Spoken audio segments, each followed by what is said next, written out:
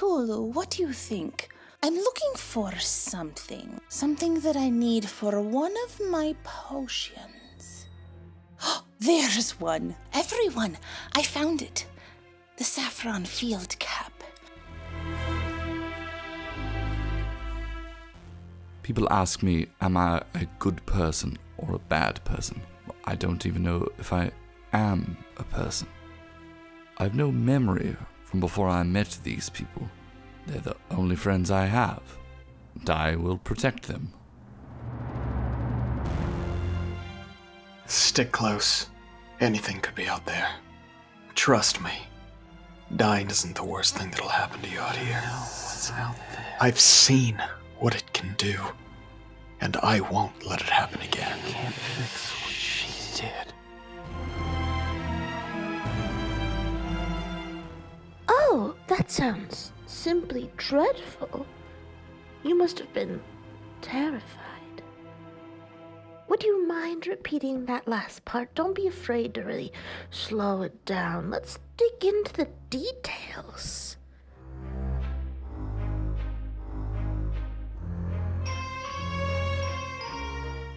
Usually, when walking into a situation, I shoot first and ask questions later.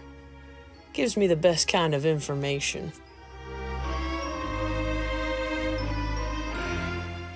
The secrets of Archaeath and the Arks.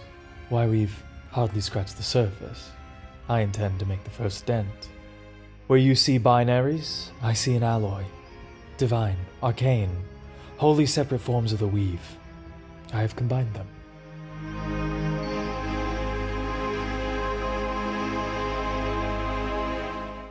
You know, the people who try to save the world are usually the lunatics that end up endangering it. Oh, hey, that's pretty good. You know, I'm gonna write that down. Where's my pen? Where'd it go? Nim? Nim, did you take my pen? Give it back.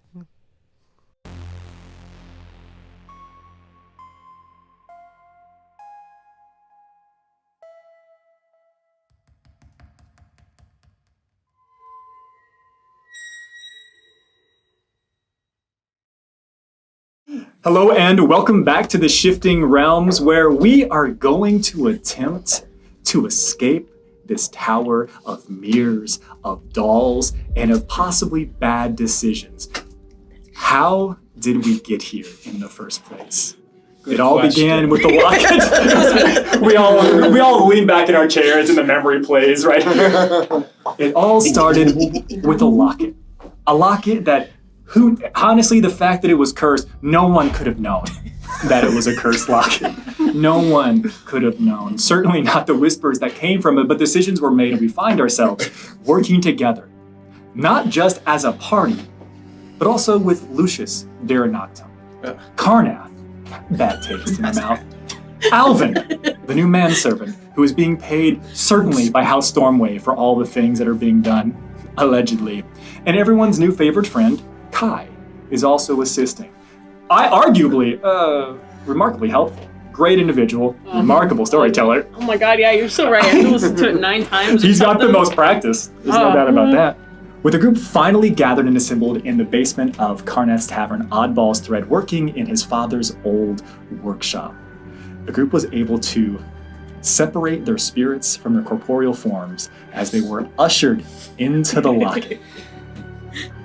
The group finds themselves in a child's bedroom, making their way further up the tower first, inspecting all of the rooms of said tower in an attempt to decide, is this one a good one to enter? Realizing that none of the rooms were good ones to enter, they go up and pay a visit to Mother and say, nope, let's also not do that. Let's fucking see that. Let's try going down. Like, oh, let's try going down. And so yelling timber. Arriving at not the ground floor, certainly not the ground floor of some type of tower or some type of house or establishment, but a village. Village that seems to have been placed, like as if it could have been, on the continent of Mirathar. Seeing stuffed beast, stuffed animals, tigers, panthers, some displacer beast here as well. Looking around, the group does some clever, creative spell casting, some attempts to hide, some abilities to hopefully muffle, only to realize that they are still yet in this tower, which reflects, deflects, and augments most, if not all, spell casting that is done here. Yeah, we got this. Cut over. Around the same time that Icarus, who certainly has no concept of what rolls are, decides to activate their innate domain to re-roll something better, just to realize that someone else's domain is a little bit stronger here. As you are zoomed, teleported to go meet the little girl herself, and a strange resemblance of Irelis in doll form, as Irelis's doll was being held up to a small little dungeon cell with the unconscious body of Irelis in it. Oh, bad. Woo! We found her. Well, we won! Check. We did it. Let's just get these crazy kids. Cha-ting. Oh, no. An attempt to reconcile, have brief conversation. But she knows you're here. More importantly than that, she knows others are here too. And I think we start with the two of you, doll Irelis, as well as Icarus, as this little girl wearing this blue dress with the white smock, with eyes that seem to almost reverberate back and forth within themselves in some infinity of mirrors. She looks at you. You have an opportunity, Icarus. What are you saying to her? Well, I believe at the end of last session, I tried to drop the shoulder and run. Realizing that's not really a possibility. I'm currently in my doll outfit. Naturally. I assure you, I'm much more fun to play with if I'm like this. Tell me, you've never left this town, have you? You haven't learned about all the other games that they play in other towns outside of here, have you? Did you bring friends with you? Well, what do you mean by friends? Like people to play with or people to turn into dolls? And you watch. A pointed question. And you watch as she says, did you bring friends with you? And the eyes begin to rotate and pivot as if there are mirrors being moved in themselves. And you see that kind of undulating. Eyes on me. And then they begin to form some type of pools around her head as popping up in multiple little spheres. You see that it looks as if there are some type, almost like it's a projection, some type of image. And you see the foot of the stairs coming down into the village where you just were with the rest of the group assembled. And her eyes now are just silver pools. Oh, yes, I did. I did bring friends. And we pan back over to the other group. Friends! You have just seen Icarus bamf away. Damn it. You hear, now that they're no longer muffled, the sound of footfalls. Small little stuffed animal footfalls as you look around, and it looks like every single one of the stuffed beasts are now running your general direction. What would you like to do? I'm gonna cast Speak with Animals on... I'm gonna aim for myself. Okay. Didn't we do that? Oh, yes, I did. And now they all speak common. Oh, yes. We tried it and it didn't work. Yeah. It worked differently. It worked differently. So actually, no, I won't try that again. Sure, okay. I'm just gonna be like... Are they shouting? I'm just gonna pull out my stick and cast Shillelagh. Okay. You pull it. What else are we doing, everybody? Mm-hmm. Yeah, just an opportunity to hang out. How many, are there in the first wave? In the first wave, a respectable, maybe 18 or so. Wow, Yeah. great. Do they look hostile? I thought you were. Do they look hot? No, they look. They look. Default, yes. What is your passive insight? Oh, insight. 11. Maybe. Mine's 16? No. Oh. They don't look hot. 15? You think maybe. I think they All don't look animals look like... All animals look a little hostile to me. Oh, wait, is he answering, do they look hostile or do they look hot? That's Yeah, that's the great question. So, Perception versus insight. You can perceive that they're hot. The jawline on it's that actually a lore. plush It's a lore. displacer beast. Lore fit check, yeah. They do not seem hostile. Interesting. Okay. To you, them, maybe. Got it. Hey, anybody else? Icarus just disappeared. Did anyone do that on purpose? No? Look at me. Oh, God, that's right. Yeah, you're not With there. a 15 insight, do I believe that they are approaching us or this direction? Like, have they clocked individuals that they're going after? I know their button eyes are hard to... Their button eyes are hard to read. Right. Button eyes are hard to read. It seems like they're definitely coming into a specific point that was just pinged. You all, essentially, if they're on patrol when this all began, Icarus bams out of there. There was an immediate, all the little beast heads just pivot and see you all in like Scooby-Doo fashion as you're like coming down the stairs. So they've seen you. I want to turn, say, just go. And I'm going to take off running into the town. Okay. Silas takes off running into the town. Crap! Dim. Yes. Follow closely. But then I start running. Stay close to me. All right. Terminator runs. I'm gonna kind of slink along with them. And if the animals get close, leave them to me. Yeah. Sure. What are you going to do to them? Charm them? In a way, yes. Good. Kennedy? Oh, I can't hear anything. I know. You see Icarus disappear. You see, you can hear their conversation. You know. Well, I'm only looking in one direction, so I just see what he says, and I'm like, what the fuck is happening? So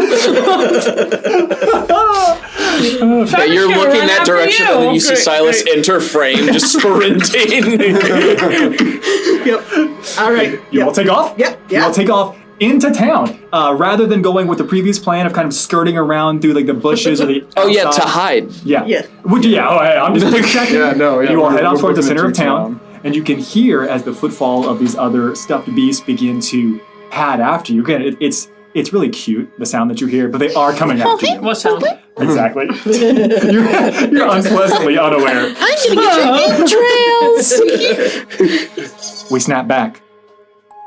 Both of you just saw all of this on the floating projection. You watch your party get got, essentially, and it looks like the images that are being displayed are kind of bounding up and down as if they are being displayed from something else's vision. And she looks and says, "Why didn't you bring them with you?" It was kind of an accident. I can go get them if you'd like. No, I think I can take care of it.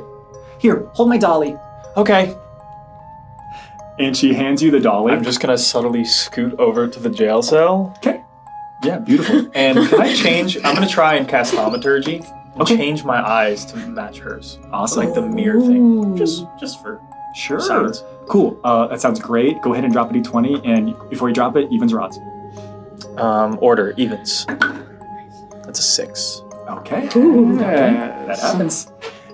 She hands you the dolly. And she kind of goes over. Your eyes change to these, oh my gosh, this infinity pool of mirror upon mirror upon mirror. You are now being held by Icarus. Would you like to do anything?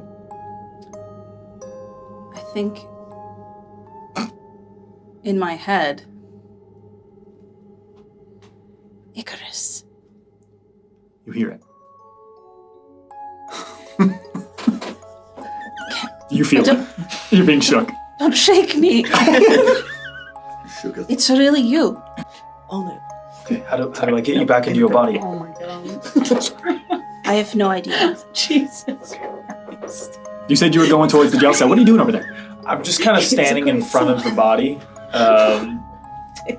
like between me and her. Like, I was just swinging along, and then I saw your mask, and then I saw the ground, and then I saw your hair, and then I saw the ground, and then I heard you speak. How did she turn you into a doll? And that's long enough. Because at this point, you are shuffling over towards the jail cell, holding on to your, how are you holding your dolly? Like it's about to explode. Oh, who has the doll with the pull string? Speaking of good. That would be me. Yeah, speaking of bombs. And we stayed here for a moment, and she's only stepped 1 or 2 steps away from the two of you. And then as she turns back around, she seems to be looking directly at you with your new doll outfit and your eyes as they have changed. And she says, "Come on." And as she says, "Come on," you feel both of you as if you are being almost like spaghettified into nothing for the briefest of moments. And you are bamfed, popped. And we pivot back to the other group. You all are running through this village. Thank you. This is great. Yeah. As you are running through the village, you see that it looks like all of the houses are abandoned. They seem to have been recreated. They're definitely here. They don't look lived in. You don't see lights on in any of these houses, no hearths, there's no fires, nothing burning, no smoke coming out of anything whatsoever. It doesn't even look like there are there's no human footsteps. The only footfall that you would see as you're running through there, even if you were, you'd be able to see this for sure. You're looking at clocking all these things. You would see the beast prints, but that's about it. You all continue, as you've said, towards the center into the town itself. Always, I'm going to make an assumption here. You can always tell what direction you're heading. The town's really not that big, and the house that was up on the hill across the bridge is up on a hill, so you can kind of see that off in the distance. What general direction are you heading? Towards it, away from it, dead center of town? You're the lead, so where are you going? I'm trying to lose these things.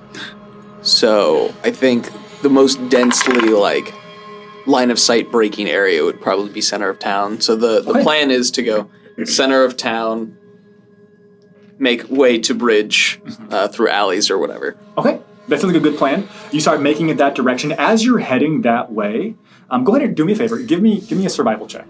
Gotcha. So that is going to be a 20 flat. Amazing. Nothing negative, nothing really impairs you or stops you when doing this. However, I will say, as you all are making your way, Silas, you're running and leading. There's a couple of times that you go to quickly turn down maybe an alley that you think maybe is quicker or will help you be out of sight just a smidge more.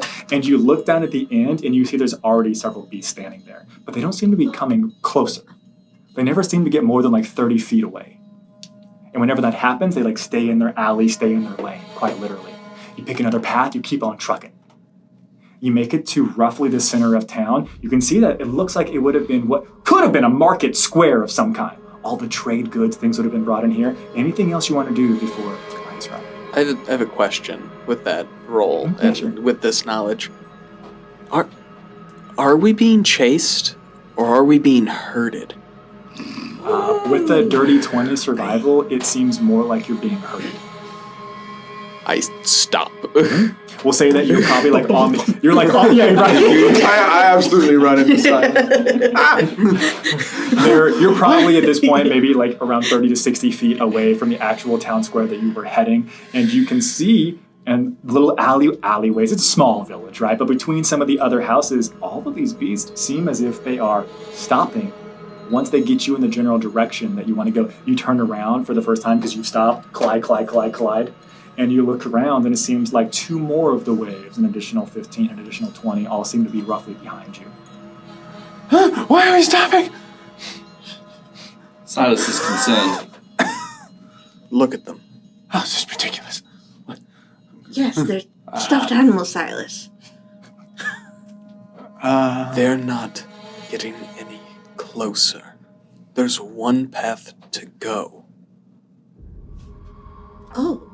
So are you saying they're hurting us? We've already lost. Up. And coming out from a small, looks like it could be the size of a fushigi. If you know, you know, right? If you know, it looks like coming up in the space up there in front. And then it begins to open up, and you would watch dropping out of it first. Icarus.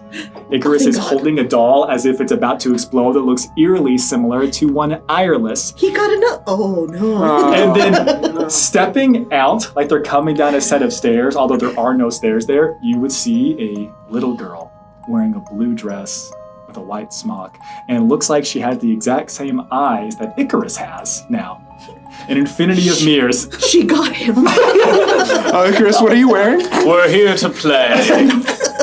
And, oh no. Fucker. Again, I said that you all are about 30 or 60 feet away. You're still shaking Ireless. still about 30, 60 feet away from the actual town square itself, all of the beasts sit back down on their haunches, and you would hear coming out of all of the stuffed animals. No. Come on! You can come closer than that. And then you hear a very different voice that I do not think everyone here has heard before. Maybe some of your characters, and I will let you choose how to roleplay and react if you think you've heard what I'm about to describe. Remember whenever we had the beautiful scene, maybe not beautiful for all of you, with the celestial language of power that was sung during the hearse, the processional? Yeah. You hear a very similar feeling come over this place. And anyone here that speaks or understands void speech, would hear the language of rewriting. The language of rewriting someone's personal domain being ushered. And there are only feelings, there's only intention, there's only motivation. And it sounds very droll and monotone with echoing scratches within it, as there are large swaths of earth that pillar up. Each of you taken to different heights. Maybe you're taken to 10, maybe you're taken to 30 for some reason, maybe you're taken to 45. It all seems to be different, as if little hexagons below you just yeeted up in the sky. Don't worry, there's no inertia. You don't just get yeeted. We solved that eons ago. If you know, you know. And you all get brought forward, and you can feel these pillars of earth rushing forward. What would you all like to do while this is happening to you? As soon as like something happens, I will reach into my inner breast pocket and pull out a small set of flat gears that I built earlier, and I toss them down at Nim, and then the gears start to orbit you like electrons around the nucleus of an atom. Oh, wow. Exciting features they have these days. Anything you'd like to say or do? Thank you, Enoch. I think. Do not touch them. All right. Kennedy, anything you'd like to do, say? This is happening to you. So wait, are we just, I'm lost. Are we, Kennedy's lost. He's like, what the fuck? Everyone just got yeeted onto hexagonal pillars of earth at different heights, all connected because you were all in a close group. And then so as you're brought forward in this different tiered structure, you're being ushered Avatar The Last Earthbender style, as if you're surfing on the earth. I'm going to look at Silas and just yell, I can't hear anything! I'm ignoring Kennedy. Anything Giovanni's doing? I am going to pull out my bunny, the toy bunny that was given to me, and I'm just going to hold on to it tightly. Incredible. Roger, as a point of order, is my little putty man that represents the form of my steel defender? Is it? He's on your earth. On the same. Yeah. Okay. Yeah. Yes. I couldn't separate you from your little buddy. Yeah. Putty buddy. What game are we going to go play? Hold on, they're almost here. As they're you can see what is happening as your friends are being ushered towards you, all these large mounds, these large pillars of earth. Before I get to you two, Silas, anything you're doing or saying? I'm not resisting this at all. I know that there's no point. What I am looking for as we're rocketing like forward, I'm trying to figure out how this works. Is anything like under less control as this is happening? I'm looking at everything else in the city. That's a very good question. Does she have to give anything up while she's doing this? I think I need an active perception. It is specific, so if your investigation is better, I'll allow that as well. Sure. That's a good question. So I have a 12 on my active perception here. Okay. But for the same roll, I would argue the lore void zone phenomena. Yes. Yes. It is the same bonus. For It's the same. But it's more, so it decreases the DC. You've already seen one piece of information that's important and relevant to this. You all have already seen the house up on the hill. And you watch as everything is happening to you all. You're now on an elevated point of land. It's easier for you to see and easier for you to connect. you can tell that there appears to be some type of sphere.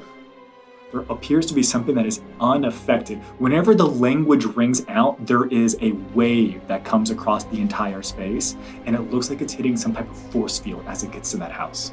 Mm. And we're all like relatively close to each other? Yeah, 100%. Okay. Kennedy's yelling at me. I'm now going to look at Kennedy, now that I did hear you. I say, we need to get to the house. And I point. The two of you, you've just been dumped out onto the ground. You see the rest of your party rushing towards you on mounds of earth. What are you doing? First, can I look around? Like, can I move now? I couldn't move when she was swinging me. You couldn't move while she was swinging you. Now that she is no longer holding you, it feels like it's almost like you're being reinvigorated. Like it's slowly allowing you to have control of your own faculties. Great. I wave my hand. Don't freak out. It's really me. Mommy shrunk me, I think. I think it was Mommy that shrunk me. The mother? And then I got surgery? That's what I remember. Okay, well, our friends are coming. What do we do? How do we get out of this? Well, I think we'll need to get my body or something. Okay, am I behind or in front of the girl? You are, she kind of came stepping out between you all, so she is like maybe 1 or 2 steps in front of you. Mm-hmm. Okay, I'm going to cast Recall. Sure. How close are we to the house? Yeah, go ahead and read for the good fine folks what Recall is meant to do. Yeah. Record where you are when you cast a spell. Until the end of your next turn, you can use your reaction to teleport back to that location or to the nearest unoccupied space. If you use this reaction in response to an attack, spell, magical, blah, blah, blah, damaging effect, resolve it before you teleport. And 2 questions. Where did you cast that spell? Where did you hold it? Where I'm standing right behind her. My goal is to basically run over there, grab her body, and then teleport back. You are no longer in the dungeon. You want to recall back to the dungeon, and you want to grab her body and try to get it out of there. Okay. You cast a spell? Yes. Okay. Go ahead and drop the d20. Okay. Do I get to... Evens or odds? Evens. 8. Okay. All right. Are you still holding on to Ireless? Yes. You disappear. Okay. 6, 5. 4. Where am I? You're where you want to be. Okay. I'm 3. gonna grab the body. 2. And how'd you get in the cell? I'm small. Are you small? No. Wait, I'm tiny. Yeah. Put my hand in. I stick the doll in. Okay. You put the doll in? Yeah. Okay. There is probably about like 7 or so feet between the front bars of the cell and where the body is kind of like slumped against the wall in the back. No, let me try to. In the lock. Okay. Pick the lock. Yeah. I'll try in a moment to think. I mean, fuck it at this point. Okay, cool. Do I need to roll again? Please. Even. 1. What do I think is the most opportune thing that could happen to me in this moment? You all who are there above, you watch once again as Icarus, now holding a doll that looks so much like Ireless, disappears. And the little girl looks very disappointed. I was going to be right back. She's not the only one. And in the same language that is currently being spoken, you get the intention, the idea, the words of power of hold. And every single one of you would essentially be fully encrusted in that same earth.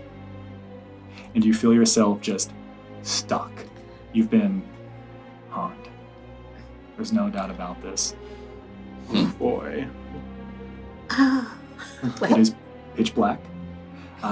You can't hear anything. Now you can't see anything. I'm fucked. I'm cooked.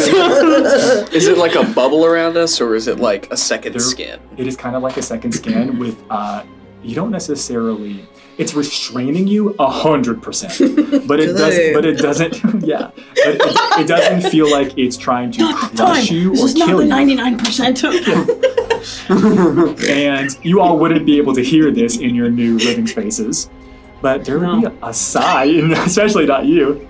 There would be a sigh. Over here, you try to cast Moment to Thank. You see yourself paralyzed, frozen, both of you, as you're still being held by this interacted object that Icarus is holding on to. And you would hear a little girl walks around right next to you as you're still frozen, paralyzed. Can't speak. She has panache, you know. No, She says, give her that. She says, Moxie. I thought that maybe it'd be nice to have a lot of friends. But thank you for helping me understand. It's not how many friends you have. It's just finding ones that listen to your orders. I want to recall back to my spot outside. You can't. I can't. I'm stuck. You can't. And she puts her hand into your hand, the other one that's not holding on to Ireless. I just close my eyes. You can't. No! Oh! And that's such a wantonly cruel DM. And there was another, as you were spaghettified again into nothing and brought back. And as you all are brought back into the space, you all would be able to crumble back out. And almost like there are shoots of slides that then push you down. You fall onto your butts and come out of this earth to the feet of this little girl. You are no longer paralyzed. You're no longer paralyzed. And as she still has hold of your hand, she looks up at you, and in the same language that you all have heard, maybe not understood, you hear the feeling, the intention of, give me my dolly. I'm playing with it. Oh, no. Yes. Do you know it? You don't play well. You don't play well with others. I'm going to teach you how to play well. Do you speak Void? No, I'm just speaking in fucking Spanish. ¿Cómo se dice? She looks remarkably confused. Icarus, give her the doll. For every moment that you want to attempt to disagree, to try to fight this, let me know how long you want to do this. 6 seconds. How many intervals? 6 seconds? Yeah. What a weird number. What a weird number. Okay. Apropos nothing. Sick. Awesome. I love No, it. she's going to kill me. D12, please. Oh gosh. Oops, that's a D20. 7. Okay, you lose 7 total hit points off your maximum. You're still above where you were. If you yell she's gonna kill me, then but You I can't don't. hear it. I can't hear it. Icarus, this isn't the time to be stubborn. Shut up. You watch. This is our list. You watch as Icarus begins to bleed from their eyes, nose, and ears. Oh dear. I can't let her go. I don't Another see 6 it. seconds. I'm looking at Jabanu at this point. I squeeze the bunny to make it make a little squeaky noise. I'm trying to get her attention. Yeah. I still have the giant man-sized doll as You well. all would hear. You all would feel I've got it in more like so a another belt thing loop. I've that got all seems to these drown straps that out don't have any crystals other anymore. attempt that is happening. A squeak is brought in as you hear reverberation. Release my dolly.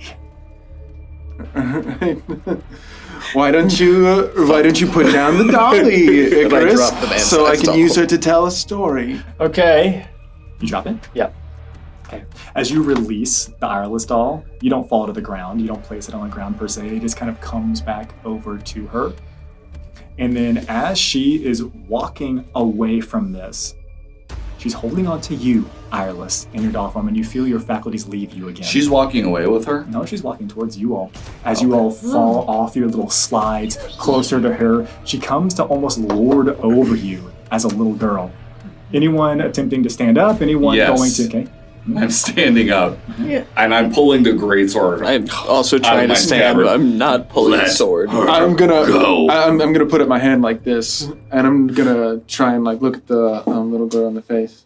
All right, and I'm gonna kind of like pull myself up with my cane a little bit. I'm just gonna say, "What's your name? You know, I'm old enough to be your uncle." I never got one. Really? All right. Well, let's call you Jerry. How does that name sound? Jerry. She just looks at you. Have you ever heard the story of Majira the bunny? She just looks at you. It's a really good story. Majira the bunny lived in a little cottage by the lake. Now, she was different from all the other bunnies in her village because she liked to play. All the other bunnies didn't like to play. Why? They liked to work instead. She looks confused. But you see, Majira liked to run in the meadows, but all the other bunnies only like to stay in their little village doing work. What's a meadow? Oh, it's a field. The kind of field you see outside the village. And you see it's full of hawks and foxes. But What's a hawk? It's a birdie that flies in the air, a big one that can eat bunnies. I like hawks. No, but you see, Majira the bunny wasn't scared of hawks at all, and the hawks left Majira alone. Are you scared of hawks? Me? Oh, only the really big ones. Oh no. See, call back. One day, Majira asked two bunnies, Ken and Nimity, to play with them. Majira says, hello, Ken. Hello, Nimity. Would you like to play? And Ken said, Nimity, we can't play. Right? And Nimity said, no, sorry, no can do. We're much too busy. Very seriously. Working? Too busy working. Oh. So Majira the bunny got mad and tried to make them play. What is mad? Mad is when someone does something that you don't want them to do. Oh, I've never had a word for that. Yes, that's what you're feeling is mad.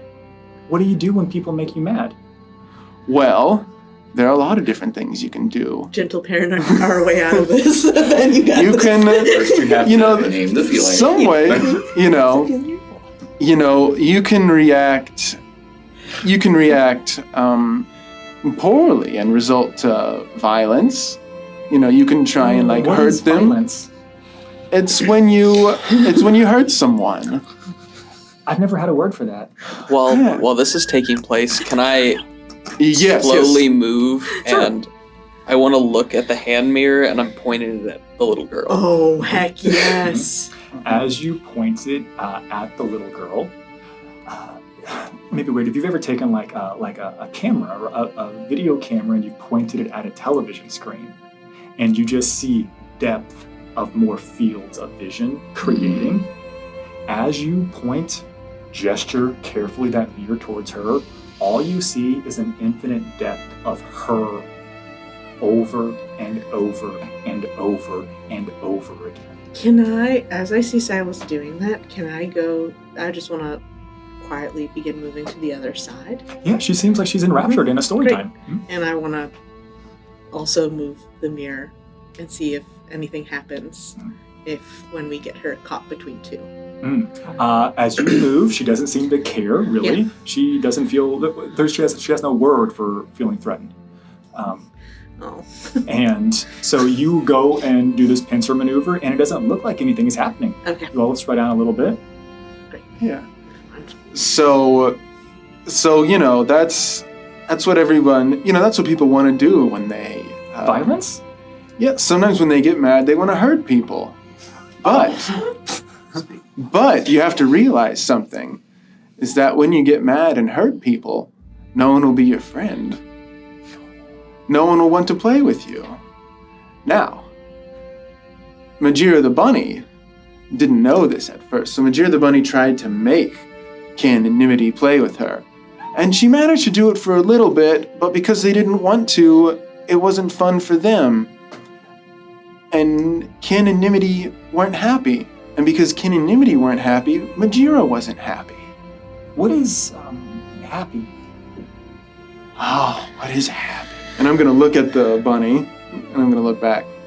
Happy is that warm, fuzzy feeling you get inside of you when things are going your way. And And it can only happen when other people around you are happy too. She looks really confused whenever you attempt to describe what happy is. Aren't we all? And I'm gonna say, it's the feeling you get that everything is okay, and that someone loves you, and that the person you love loves you, and it's like eating. It's the feeling you get when you eat candy, right? Or when you feel the sun on your face. What's candy? Why? Oh, candy is. Oh my god, do I have any candy on me? I highly doubt it. In your soul. In your spirit form? In my spirit form? I would say, in real life, you got a couple Werther's originals on you. If only our candies were here. It's a bit fun. No. His soul is just made of them. Candy is a delicious sweet treat. And you have it when you are good. So what happened? Well, because Kin and Nimity weren't happy, and because because they wouldn't play with Majira just got rid of them. She nods her head. Mm-hmm. She understands that. So Majira went and talked to somebody else. Majira talked to Sycarus and Ilis. They were a couple of foxes. Majira said, maybe if the bunnies won't play, the foxes will. And the foxes said, no, we don't want to play with you, Majira. We're foxes, and you're just a bunny. So Majira tried to make them play. They didn't want to play either. And they were unhappy, and Majira was sad. She begins to yawn. Majira made them go away. Giovanni, happy ending. Give me a persuasion. Happy ending. Persuasion. I got a 16. 16 total? A 16, and my, I think my charisma is -1, so 15. I can't believe your charisma is -1, but... Yeah, right. Stats are whooping. Ben's charisma. Character Well, player. actually, Character can I player. argue performance instead of persuasion? Oh. Because if you give me performance, it makes it an 18 total. I mean, I'll give it to you. I think this is more of a persuasion because you are. I mean, you're putting on a performance, yes, but there's intent behind it. You That's know true. what I mean?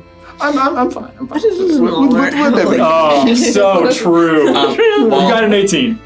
Yes. I would like to, while he's telling his story, you were circling in one direction. I'm standing still, and I just gave like a motion to Nim, like, go. Okay.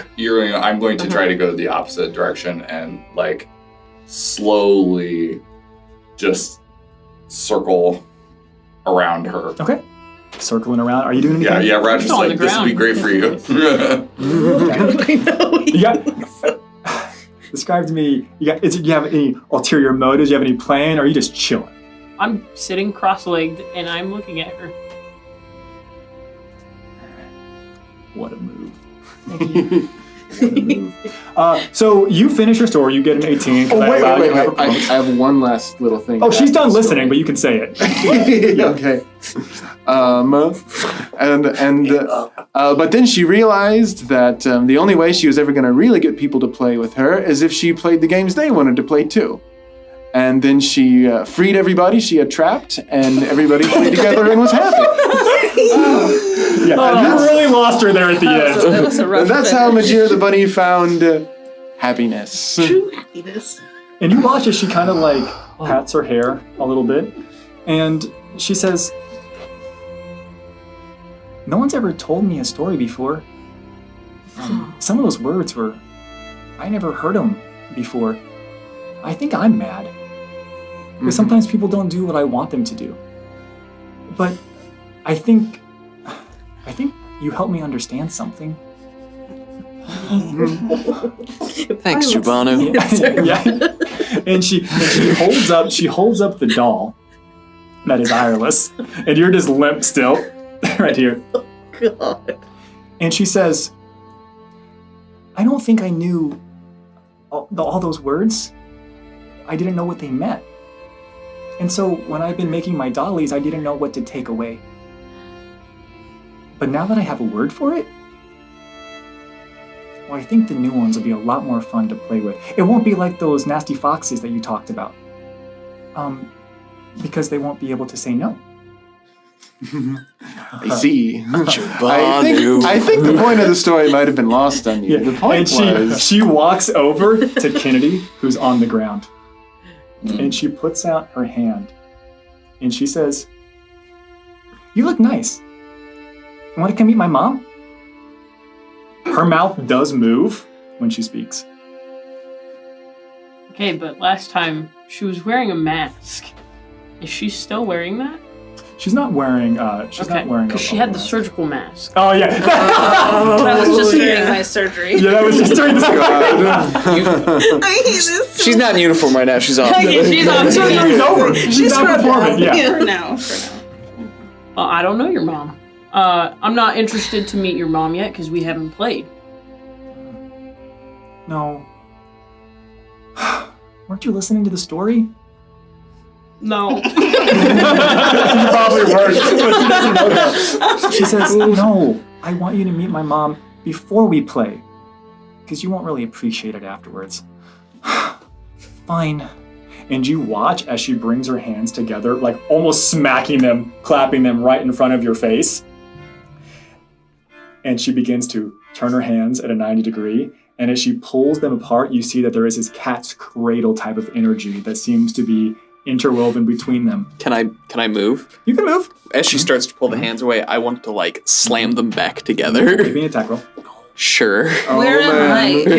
If she's putting her hands together, where am I? Oh, easily. She still has your hand in here. And as she's bringing them together, you can see that this is still, she's holding on. You got your small little doll, right? You got a little pinky or something holding on to this. And as she's beginning to move this, you can feel as if there's...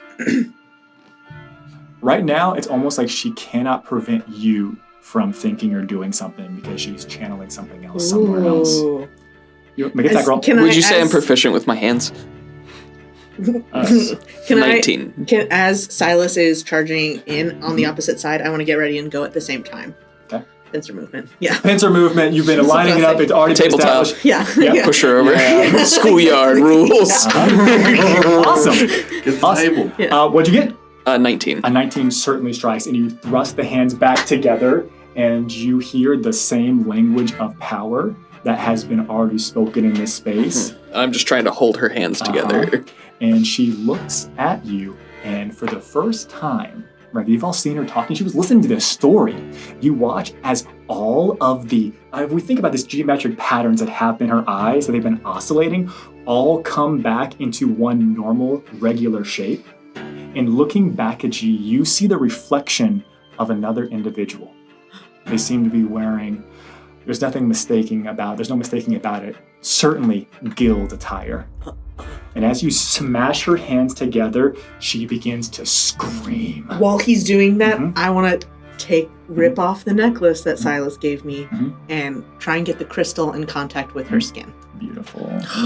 She begins to scream. You rip off, and as this is screaming, you make it there, and the crystal is there. She begins to look at the crystal, and she begins to panic. She is screaming. She is essentially like a wild, caged beast attempting to break out and cage out. As her screams are echoing in the space, you would see those infinite versions that you had witnessed in the mirrors begin to pop and fill this space. Oh, good. And as you are reaching out to where she was, you're holding the hands together. There are now 3, 4, 5 versions of her at each of you. Hands on, and you hear the same language of power, and it says, "Go to timeout." No. And all of you get shunted, or so you thought.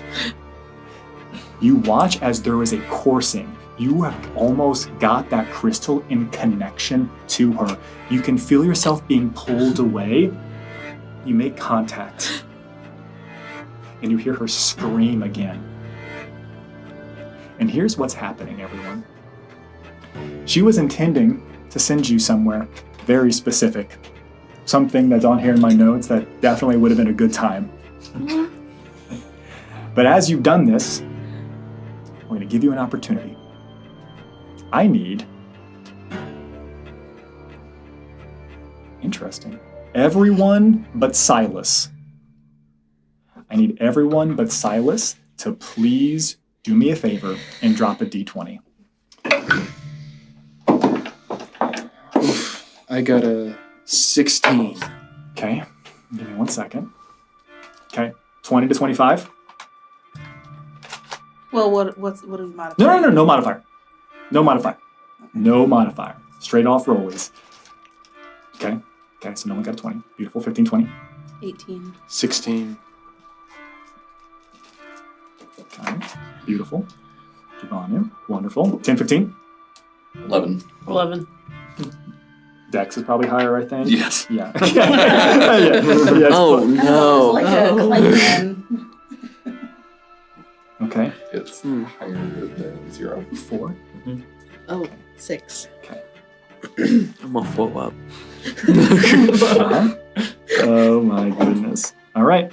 Okay, so She was doing the hand thing. This is really an interesting thing that I didn't know was going to actually happen in just this way. Above board, she was about to send all of you to her version of timeout, which was essentially the mother's room. Extra yikes. Yeah. But because you were able to shut the hands, and because you came in there and just boink, a little boop, Crystal healing. Or this something. is what we're going No, in the moonlight. This is what we're going to do. This is actually kind of ridiculous. Here's the order. Irelis. The doll. Yeah, the doll version of Irelis. Jabanu, then Kennedy, then Enoch, then Nim, then Icarus. Here's what we're doing. You all are going to get a choice. One at a time, I'm going to let you pick what room you want to go to. Oh. You cannot go to another room.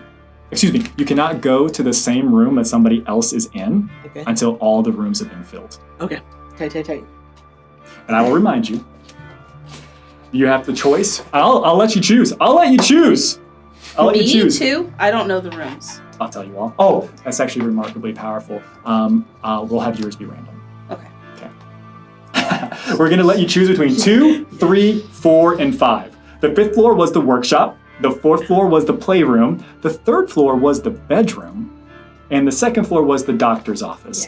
Irelis, you were up first. It'll be 2 is 1, 3 is 2. So drop a d4.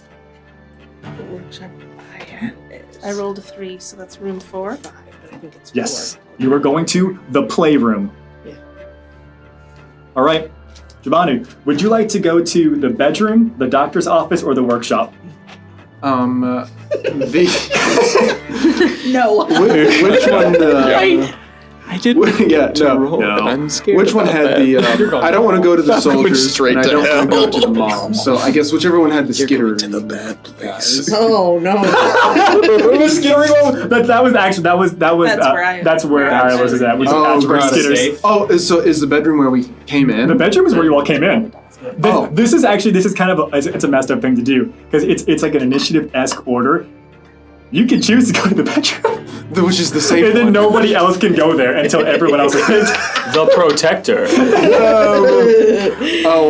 I think in this sort of moment where Jabanu starts slipping through space and has like a split-second reaction to be able to like pick a place, I think he's gonna go like safe, and he's gonna go to the bedroom. Jabanu goes to the bedroom. As you should. Yes. Jabanu in the bedroom. Mark it down. It's canon. That is so Patreon funny. only. Oh my god. All right, Kennedy. Shifting after dark. Your options currently are the playroom or the doctor's office. I'll go where the soldiers are. The playroom. Well, I thought I was at the playroom. Oh, sorry. I misspoke. I misspoke. Yes. I put you in the workshop instead, which means if you wanted to go to the skitterers, you can. No, I think safe. I'd like to double down on safe, please. No. No, thank you. No. Respectfully, no. You're in the playroom. I misspoke whenever I did that. Thank you so much. Which now means your options are between the doctor's office and the workshop with the patchwork dolls. I don't like any of those options. You can choose the skittering patchwork doll No. or the porcelain ballerina in the Jack in the Box. No. I will allow this. If you would like to go to mommy's room, you can go there. No. That sounds worse. Ballerinas. Take the ballerinas. You know what's not At least there's medical equipment. I just go to the belt. The The porcelain ballerinas. What? That's Okay. perfect, though. I know exactly where I want to go. Okay, Enoch. So as I feel like my being like shifted, I'm going to go to the place of comfort for Enoch. So You say, where is the forge? Yeah, I'm going to go to the workshop. Give me the forge. Yeah. There are those who play and those who work. And then there are foxes and hawks. Enoch's little boy. Nim. I want to tell you. Nim, you have all the options. You could Hawks. choose to go to the workshop, the playroom, the bedroom, or the doctor's office. Bedroom. The bedroom with Jabadu. Yeah. Okay. Amazing! Amazing! Okay, Icarus, you are left. You have the option between the workshop, the playroom, or the doctor's office. What about the mother's place? Hey, if you want to, I will allow it. You said all the rooms need to be full. He chose Pikachu for his starter. Okay. I wanted to talk to her when we first got there. You know, if she's some kind of sentient thing, if anyone's gonna talk to her, it's gonna be. There's a lot of. I love this character choice. That knows that I got shrunk down in Mother's room. There's a lot of convince her to undo it. So There's a lot of big. I would like to say something. Energy right now. Yeah. Not to Icarus, but like this is Adam to Noah. It's been super fun playing these past 10 Yeah, we odd were on the sessions. same side of the table. We're gonna crack this thing wide open. Well, 11 for you. This is amazing. This is better than anything I had planned. This is When the DM is giddy, you know we're fucked. Yeah. Oh no. We're gonna die. I stand by our decision. You are It seemed good. shunted. Pop, pop, pop, pop, pop. And again, I remind you all, Icarus, you find yourself materializing into the mother's bedroom, a dimly lit space that appears to have some type of scratches and burned and spell effects on the wall. In the corner of the room, there appears to be a rocking chair, and there appears to be some type of humanoid-esque figure rocking in said rocking chair. Enoch, you were in the workshop. As you're finally in the workshop, you see that there's a number of oversized toys. It looks like things have been taken apart and then inflated almost. It also looks like there are toys that don't belong together. It looks like there have been toys where they've taken an arm from one toy and they've put it onto the body of another. It's got a dinosaur tail for some strange reason. Yeah, I was thinking pretty that cool too. though. Yes, yeah. It's got a Stegosaurus tail. Is there also like a fishing rod in there with legs? Are you gonna get a Stegosaurus tail? Now there is.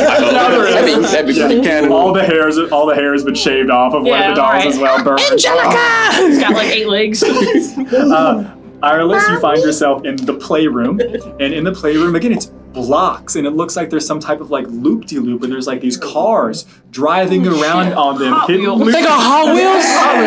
I could've got the Hot Wheels? They got Beyblade in there? Yeah, so there's a couple of dolls in the corner saying, "Let it rip, let it rip." So canonically, we know what cars are. Cars exist, and you've never seen And this. now Beyblades. You don't know what those things are. You're like, man, that is a cool toy. That's definitely going to take off. Is that Corinthian leather? If you're trying That makes me feel younger just looking at it. Get a Barbie car. Yeah. In the bedroom, Whoa, Jabanu midlife and crisis. Nim, and it's the bedroom. Nothing has changed. Everything seems fine and dandy. Love it. Kennedy, No. I'm sure that you were in the doctor's office, and you find yourself you are sitting next to a plastic surgical table, and there's like the best way to describe this is like Dr. Barbie is there, just like holding various plastic saws. Hi, Barbie.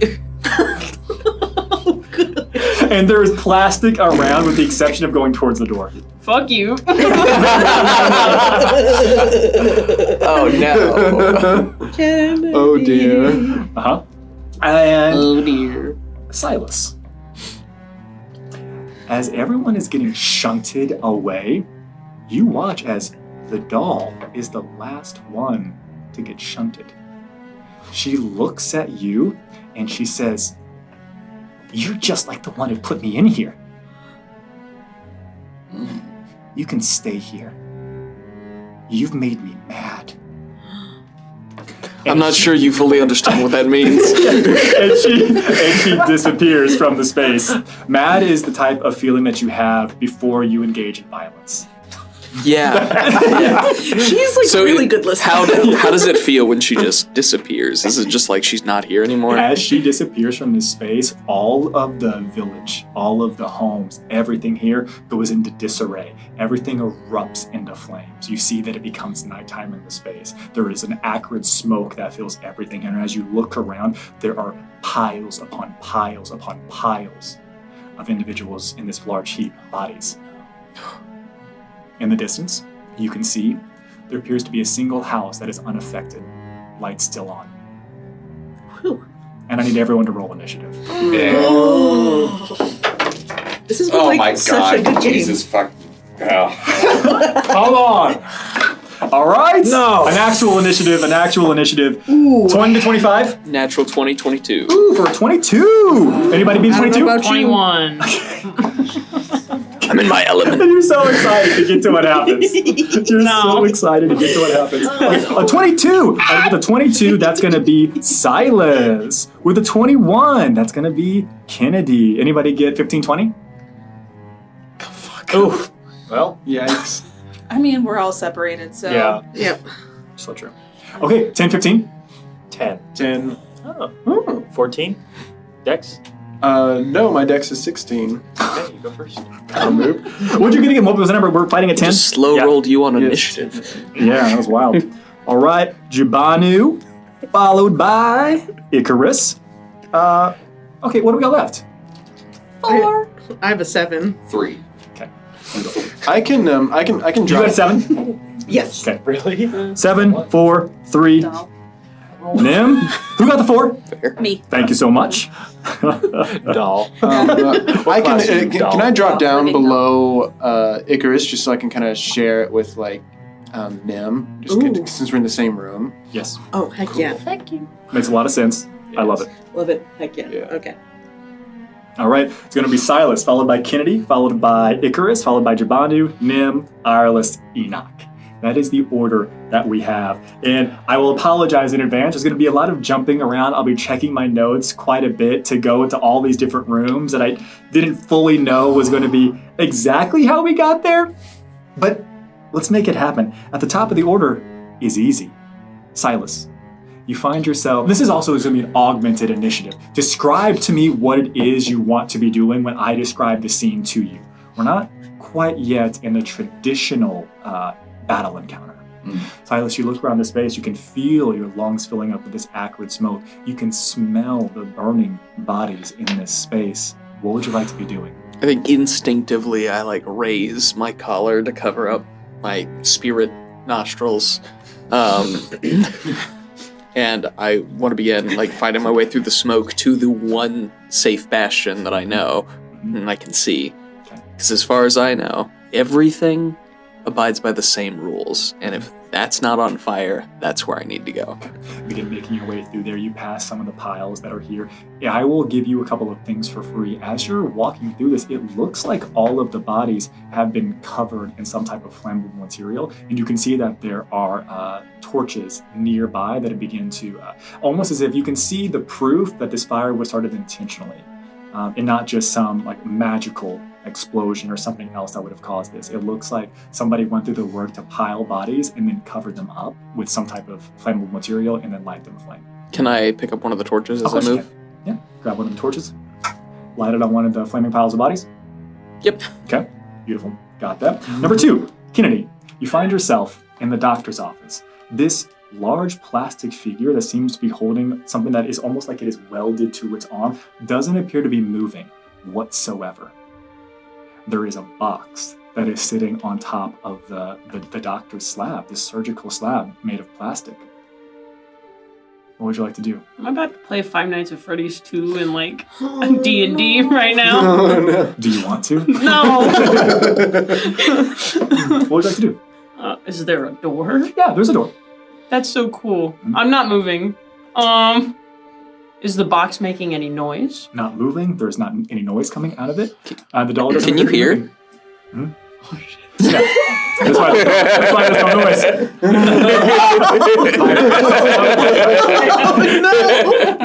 Well, it's been nice, guys. Godspeed. It is not vibrating. You don't see Okay, cool. Thank you. Yeah. I don't see the waves of sound. Your eagle eye see. Dubstep.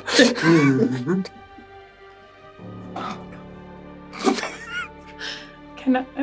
Is there something for me to throw? Is there something for you to throw? In arm's reach where I don't have to move. If you've ever played with any like doctor doll set types of things, like there's a whole bunch of like fake syringes and fake scalpels and like fake saws, and that is on a little surgical cart next to you. I'm gonna pick one up. Adorable. I'm gonna just throw it Where? near the box. Near the box. Not on the box. No, near of the course. box. Do you want to hit it? No. Okay. You throw it near the box. It kind of clanks plastic on plastic, skitters across there a little bit. Nothing happens. Icarus. Is she looking at me? Icarus, you are in. No, she's got her back to you. She's in a rocking chair. There is only thing that is different here in this space now is there was a hearth in here and it is now lit. Okay. Probably not good. Bonus action, I'm going to use my replace. Hey, don't worry, just tell me what you want to do. I'm going to replace my spell to use Disguise Self. Okay. I want to first change my robes to look like the little girls, and then actually disguise myself to look like the little girl. Okay, go ahead and drop me a d20 and evens or odds it. Been rolling low, but you've been rolling a lot of evens, so even. Praying for a 2. Ah! 19. No. You did the opposite. High and odd. High and odd. You go through the process of casting Disguise Self, and what I will say is going to take place instead. You're not going to affect anything else in this space, but your magical robes and your spirit form self essentially just begin to pale. It's almost like something has faded out of them, and it looks as if you are just wearing plain garb. Your eyes have reverted back as well. You are you. I just sit down on the floor. Plop. All right, simultaneously, let's go ahead and run Jabanu and Nim. You find yourself in a bedroom. Place is covered in dolls. Looks exactly the same. We need to find her diary. Diary? Yeah, of course. She's a little girl. She's got diary. She must have secrets. Why does a little girl keep her diary? Is this under the pillows? I don't know. And I'm going to look for... searching around, too. Search for the diary. I love the immediacy of diary, obviously. Where? Yes, throws dolls. Yeah. It's like, and I'm like, I want to look under the pillows, like under the bed. Everywhere, Looking through the drawers. One of you investigation with advantage. Yeah, I'll help you. Okay, great. Help the investigator. Yeah, thank you. Yeah, thank you. I'll Good call. Failed immediately, so I don't know what to do now. Oh my god. Wow. Double sixes, guys. Total? Ooh. Wait, not total. Not total. 1 second. Oh god, it hurts so bad. It's an 11 though. Okay, so you all immediately again the immediacy of this is what is so funny to me. You're like, journal, where, bed, of course, and immediately start going and you're looking at the pillows, you're ripping up some of the dolls, drawers. You find nothing at first. You're Okay. like, oh. You just go over to the desk, the stand, and there's just a book sitting on top of the stand. I mean, okay, Right. so she's a really organized little girl. Great. Okay. All right. Oh Lord, if you get me out of this, Lord, I'll write you a new hymn. As I start opening the book, you don't feel any connection. I'll write you a hymn. I'll clean your temple every day with a toothbrush. Yes, this is the time for promises. I wish there was a connection because she would be calling this in. All right, you find the journal. You find something. Ireless. Flipping it. Yeah. You were a doll. You were in the playroom. Mm-hmm. I've already described what it looks like. You see all the loop-de-loops. In this space here, you see that there appears to be a single toy soldier.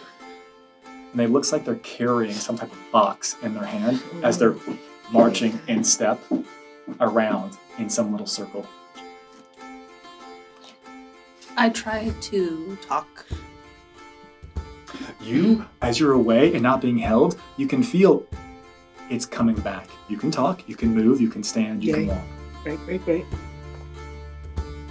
I'm here to play with you, soldier. There is an immediate whoop, and it begins to march towards you. Is this a present for me? And then it puts the box down in front of you, and it reaches into its scabbard and pulls out a toy sword, and then points it at you. Enoch, you're up. I think you're getting knighted. Obviously. Yeah, I think that's we're all going to get knighted. Yeah, It was so fun for me when I As got I find myself in the workshop, are there any... Is anything that's moving inside the workshop? What's your passive perception? Well, it's bad. Yeah. It's 9. Okay. You do not see anything moving in the workshop, but every couple of seconds you hear... Cool. so much. All right. Well, okay. The defender does have higher perception, but You feel something brushed by I need to remember that exists. If I'm standing next to it, I have reason that like it could. Yeah, warn me. 100%. You feel something brushed by your leg. There's nothing there. So, what is in the workshop? This is the place that you described earlier that had the mismatched parts. Yeah. It looks like something has been like you take like the head off of one and the torso of another, given different appendages. Looks like there's also been some work done with like the clothing and the attire as well. So if there was some tools had to be used to put these things, take them apart and put them back together. Yeah. So reasoning that the tools might work in this realm. So I want to try to look around the room and investigate to see if I can find any tools that were used to make these stitches or cuts. Yeah, investigation. Okay. I probably don't want to find what's in this room, but it'll find you. Yeah, I know. 17. With a 17, that's really good. You begin to look around, and every single time you look a general direction, like, okay, no, like it's more work, some type of display, almost like mannequin-esque at a store where they put things on display. And then you like look away for a second, and you continue to like look back, and it looks like the mannequin's in a different position. And as you're looking and focusing on the mannequin, you then hear what sounds like this would still probably be a memory, something that would feel familiar to you. It sounds like there are tools that are hanging up somewhere that have just been jostled. Like they're banging or clanging in. And you look that direction and you see there's a couple of tools as they're still swaying back and forth. Are these like giant tools or? No, they all appear to be made out of plastic. Oh, great. Okay. Plastic is good. It's oil. But you're made of clay. Plastic can cut you. Right. Okay, so I'm going to go over and examine the tools. To be clear, it's kind of one of those things where the tools are up on a, again, think of like a pegboard, you know what I mean? Like what you might see in like a garage or something. Small little workshop desk with a pegboard back there. They're hanging there, yes, swinging. You go over towards it, and you go to like, you're going to grab one of them? What are you looking for exactly? It would be like anything that would look like a pair of like tweezers or forceps or something like that.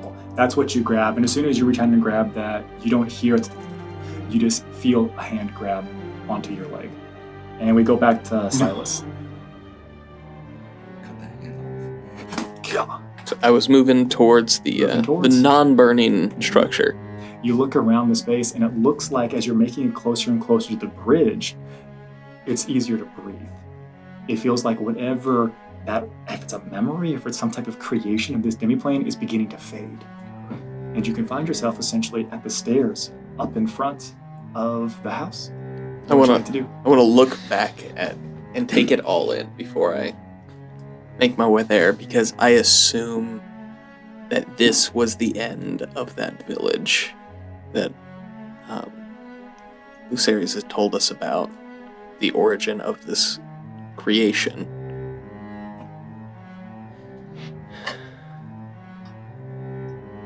And then I turn and I want to make my way inside. Okay. As I lower the cloth. Lower the cloth. You open the door. It is certainly not locked. And as you step inside, it looks to be a very small yet quaint cottage. Everything that you would need to have a fairly comfortable, modest life, maybe as some type of craftsman of some kind. There appear to be a number of toys in this space. You'd also see these weird figurines atop a number of different carved boards of some sort, little tokens. And you would see sitting at the table, and between their hands, some type of mug, some type of cup. It would look like a shade or a wraith.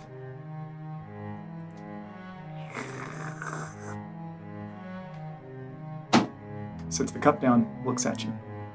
So you're what's left. And you would hear a response. I am what's left. The door shuts behind you. Kennedy, you've just tossed a small plastic utensil in that general direction of the box. As you toss it towards the box top opens up. What did I do?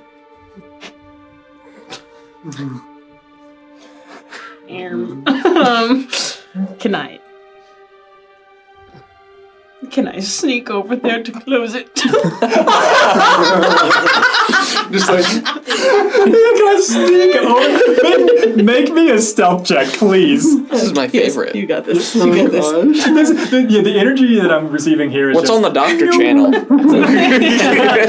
That's a 13. With the 13, you believe that you sneak over there. I hear nothing, so I'm not assuming I did great. Arguably the best you've ever snuck. Absolutely. You make it over there. And The sneak you snuck. as soon as you go to touch the lid of the box, the moment you touch it, the Dr. Barbie doll here essentially just pivots on their feet, looks at you, and the saw gets raised. Do I see that out of the corner of my eye? 100%. I'm sorry. I won't touch it anymore. And you see that inside this little box, there looks to be a little journal.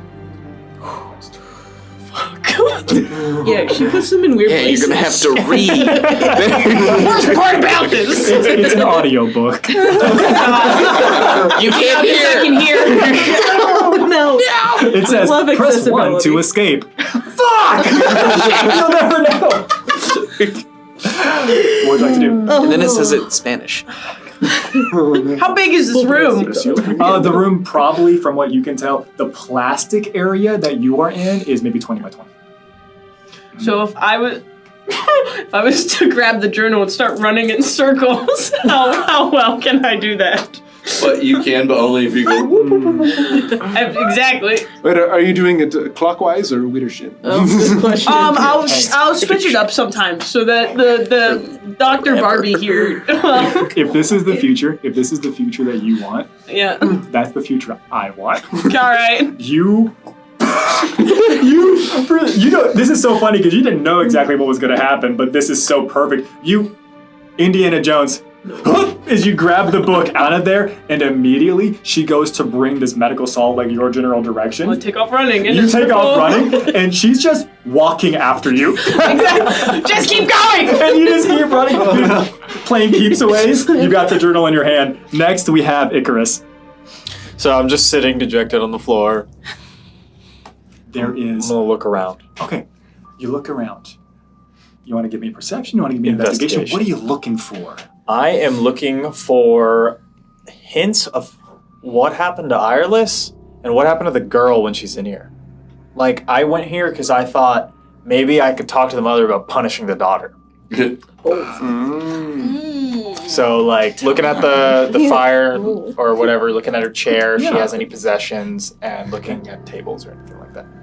Okay, go ahead, drop it. If they're her rules, but Natural at 20. With a natural 20, Yeah. you see everything that has previously been described. You see all the scratches, you see the fingernails, you see the claw marks in the ground, you see the explosions in this space. You also see with a natural 20 that there appear to be strings that would almost be invisible without some type of natural 20 mechanical roll, revealing dropping down from the ceiling that all seem to connect to the individual's chair, or at least them over in the corner. And with that natural 20, we'll move things forward a little bit. There is a pop, and you see the little girl appear in the space. that doesn't seem like a good thing though for a natural 20. I'm just like, Well, she's dead though, so.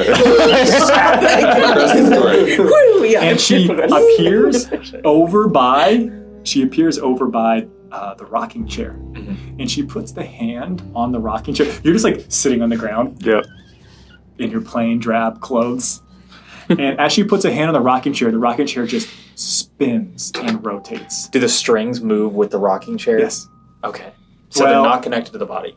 So the body's in the rocking chair. The strings move because both the rocking chair and the body are moving because she's sitting in the rocking chair. Okay. Yeah, because it just pivots and rotates where it's at. So you see a little bit of movement there. And the little girl sits down and she begins to recount the really mean people who just showed up and wouldn't play the right way with her. And she said, I tried sending them to you so that you could talk some sense into them, but they sent one of those nasty men that killed you. What does Mother do? Absolutely nothing. She's just a corpse? It looks like it's a doll. Looks like it's folded on itself a little bit, contorted. Grief takes many forms. So true. This one's mom. Including. And we're back to Jabanu and Nim.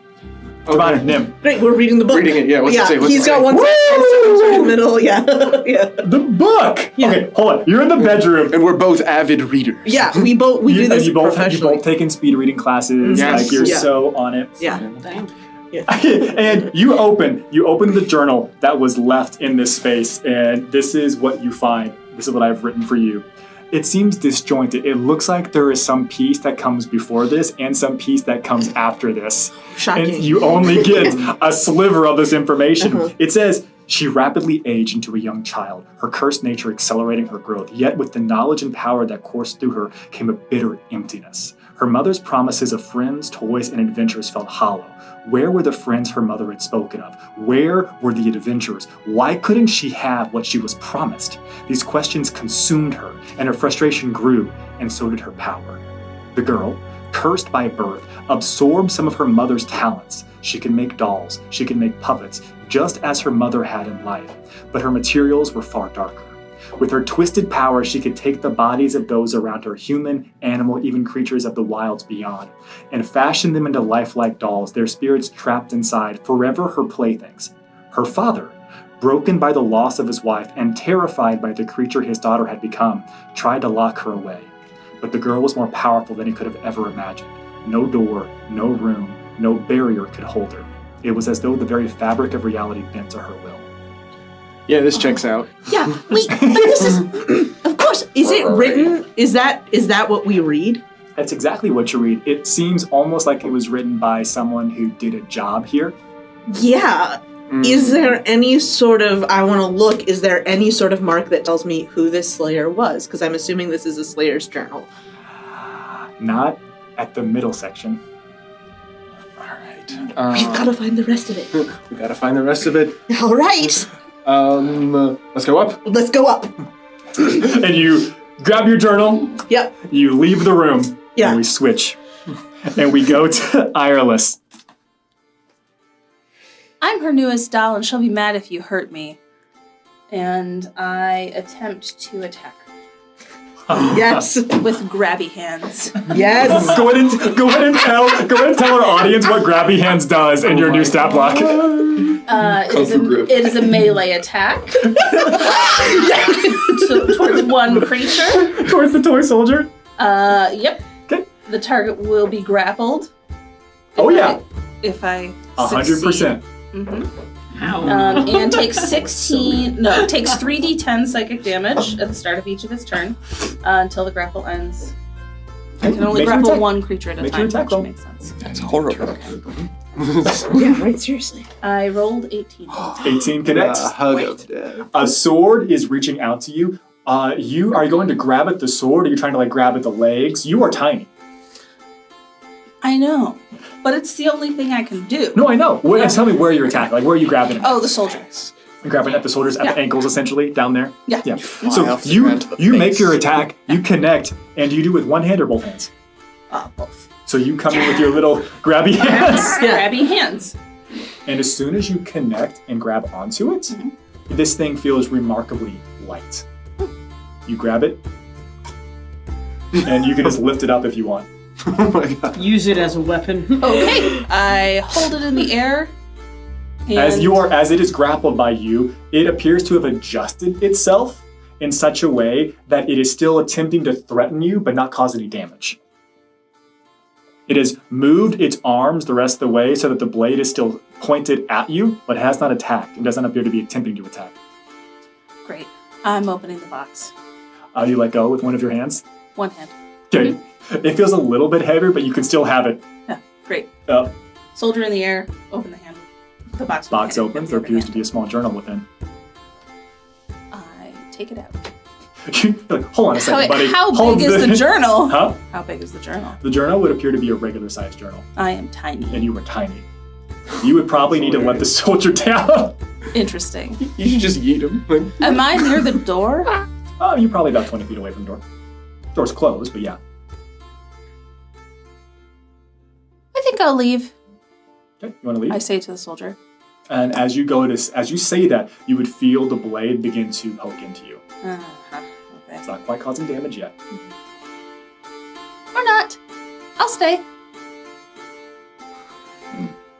Enoch. Okay. As soon as I see that, as soon as I feel that thing touching my leg, then quick cut down with the greatsword. Make your attack roll.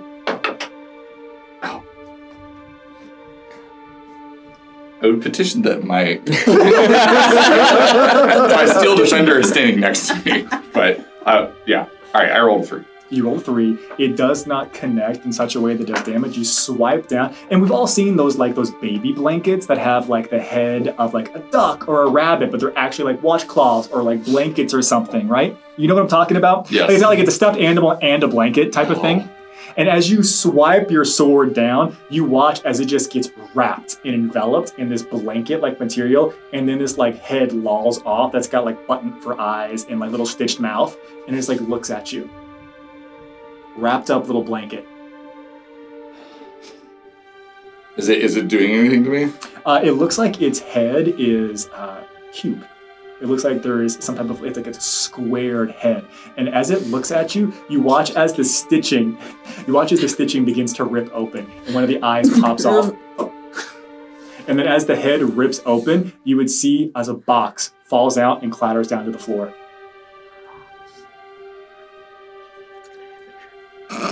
If it's good. Oh, never know. I'm just gonna like swipe and like toss the blanket.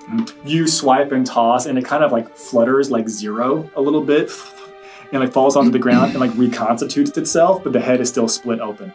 And then from the corners of this room, you have a terrible passive perception, but it doesn't matter because it's so easy to see. You see a number of patchwork dolls all come in and around, and they keep about a 15-foot radius around you. I'm going to pick up the box. You pick up the box. As soon as you pick up the box and touch it, they all come 5 foot closer. And the box opens of its own volition. Silas. This is not going how I thought it would. I don't walk up to the table. I want to pull a chair out and sit down. A little bit.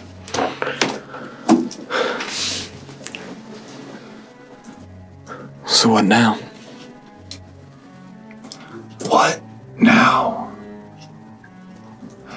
I've been asking myself that for a very long time. Who sent you? It's a long story. How long has it been? A few hundred years. I was weak. I couldn't do what needed to be done. And this is a result. You've come alone, I suppose. No. You've brought help then. More of your guilt. Smash cut to Jabon and I running up the stairs. Not exactly. I would smash cut to Kennedy running around playing giveaway. Yes. Not exactly. Someone got trapped in here. I brought some people in with me to fix this. You watch as the Wraith has sat down the drink and puts hands to the head. Everyone's disappointed. All of this because of me. Because of what I was unable to do with my life. And what was that? Kill my own child.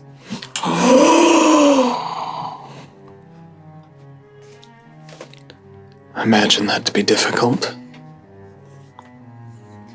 Impossible, I found. I thought what the Slayer offered me was a reasonable deal. I would not make the same choice twice. But you're still here. She's here because I'm here.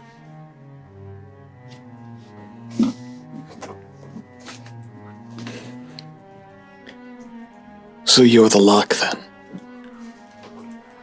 I am the key. As long as I stay here, so does she.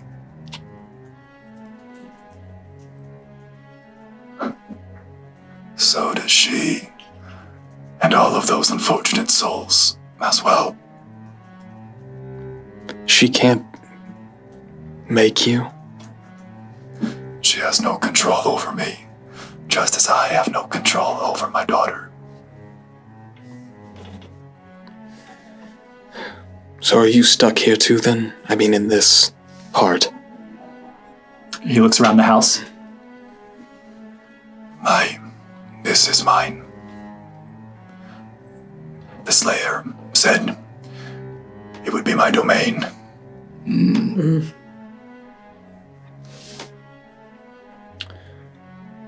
Well, I won't be staying here. He looks genuinely confused. Have you not come to end this?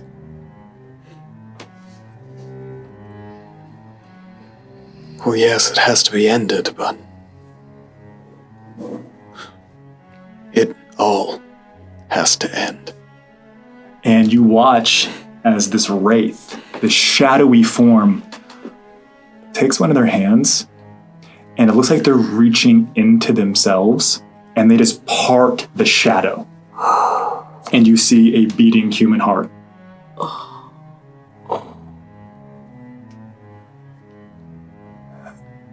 Slayer, I think you misunderstand. I am the key. And we pivot. Kennedy. Would you like to read while you run? You're gonna get a mad headache. No, I want to try to get out of here. How big is this journal? It's a normal sized journal. It looks about like your journal. So I can put it in my mouth. Like this. This is the future I want. This is exactly what is happening. I'm gonna put it in my mouth Okay. as I keep running. Brilliant. How fast is she walking? She's walking at probably whatever you're moving at. She's walking at half that speed. Okay, awesome. As as I pass the door, I'm gonna take my gun and I'm gonna hold it where the barrel is facing down like it's a baseball bat, and I just want to hit the doorknob because I'm assuming the door is locked. So why even try when I could just beat the shit out of the door first, keep making my rounds. You know Zombieland, how they have his rules? That's my rule set now. Yeah, rule number 37. Don't waste time on doors. Don't waste time on doors. Don't waste time on doors. Take notes, Zombieland 3. So I just want to beat the shit out of the handle and then make my round again, do it again, make my round again.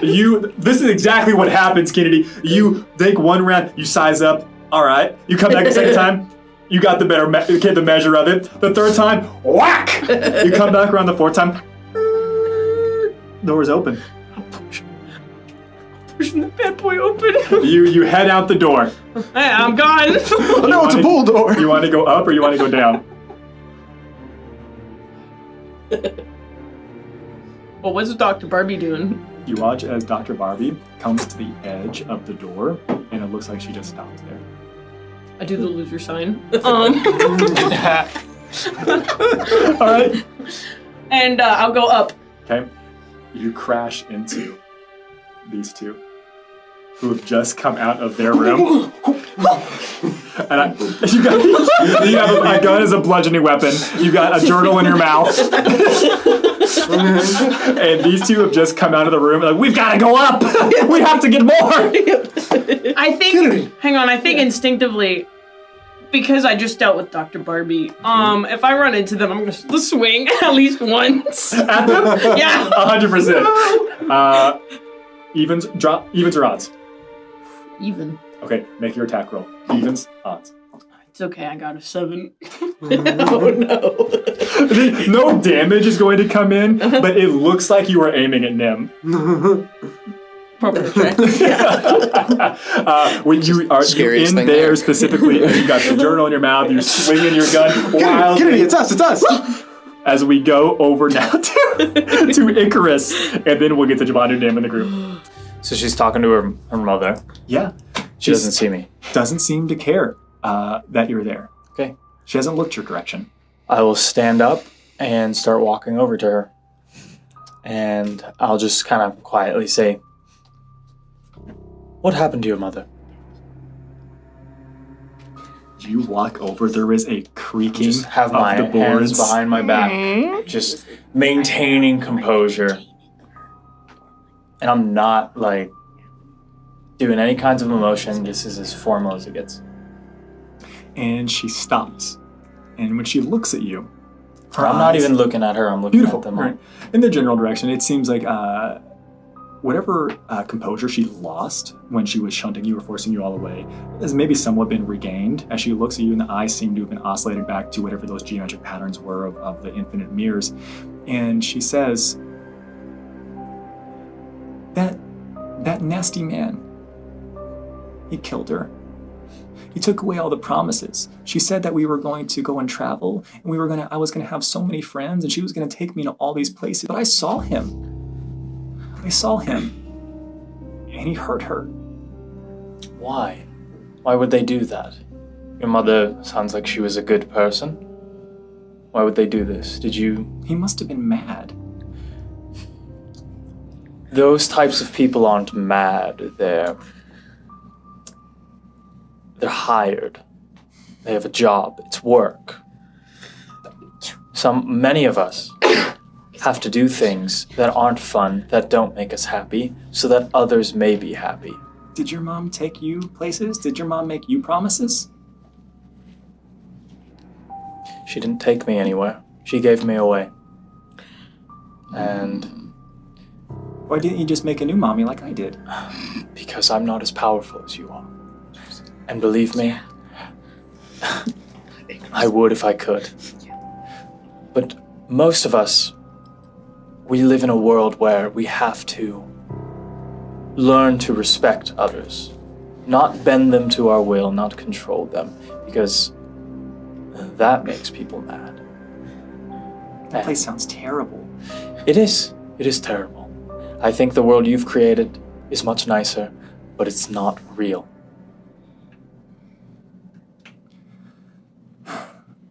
I was going to give you all a chance to say bye to each other. We're not going to do that. I know.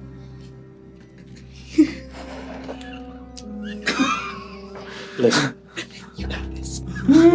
I don't want to talk to you like you're just some little girl who doesn't know anything. You're very powerful, you're very smart. I can talk to you like another person, can I? Sure. What do you want? Because I want me and my friends, who I do care about, who do make me happy, to get out of this alive. And currently, you are making me mad, and I don't want to be mad at you. I just recently learned what that means. No, you didn't. You learned the wrong lesson. I did. I learned it. And I think now that I know what it means, and that's how you feel, I don't think I want to listen to you anymore. And you feel your lips begin to sew over. Good. I'm just going to keep walking towards her. That's better. And then you watch as she does that same panning and you see all the images pop up. So that's where they went. I want to take a knife. Yeah. And I want to throw it at the string. Which one? Above her mother's. There's a lot of them. Above her mother's chair. Okay. There are still a lot of them. Okay. One of them. Yeah. The integral one. Yeah. The one that seems to be most important. The heartstrings. The heartstrings. Yeah. The one that's blinking red. Yeah. Less than a 10. Okay. There's a lot of them. You should have hit one. You've been muted, and you attempt to make an attack at one of the strings above. The moment that you do that, you would see and feel her sigh. I was going to wait until they all got here. Guess I'm just a little soft. And Mother begins to fold up into this 13.5-foot marionette doll, and you watch as these sinewy strings begin to erupt out of her and lash out your general direction. Oh no, you don't need to roll them. No. It keeps falling out. He's like, oh my god, he's rolling it 8 times! That's 46. It was a 32. No, I'm just joking. Hold on. 32 hit. I'm trying to be... Yeah. Does it happen this round or next round? Wait a minute. What are you making that face, buddy? It is a 19 to hit you. Yeah. And it does hit you. You feel yourself being grappled. You are already within 10 foot of Mother. Good. And you are pulled the rest of the way towards her. No. Clear.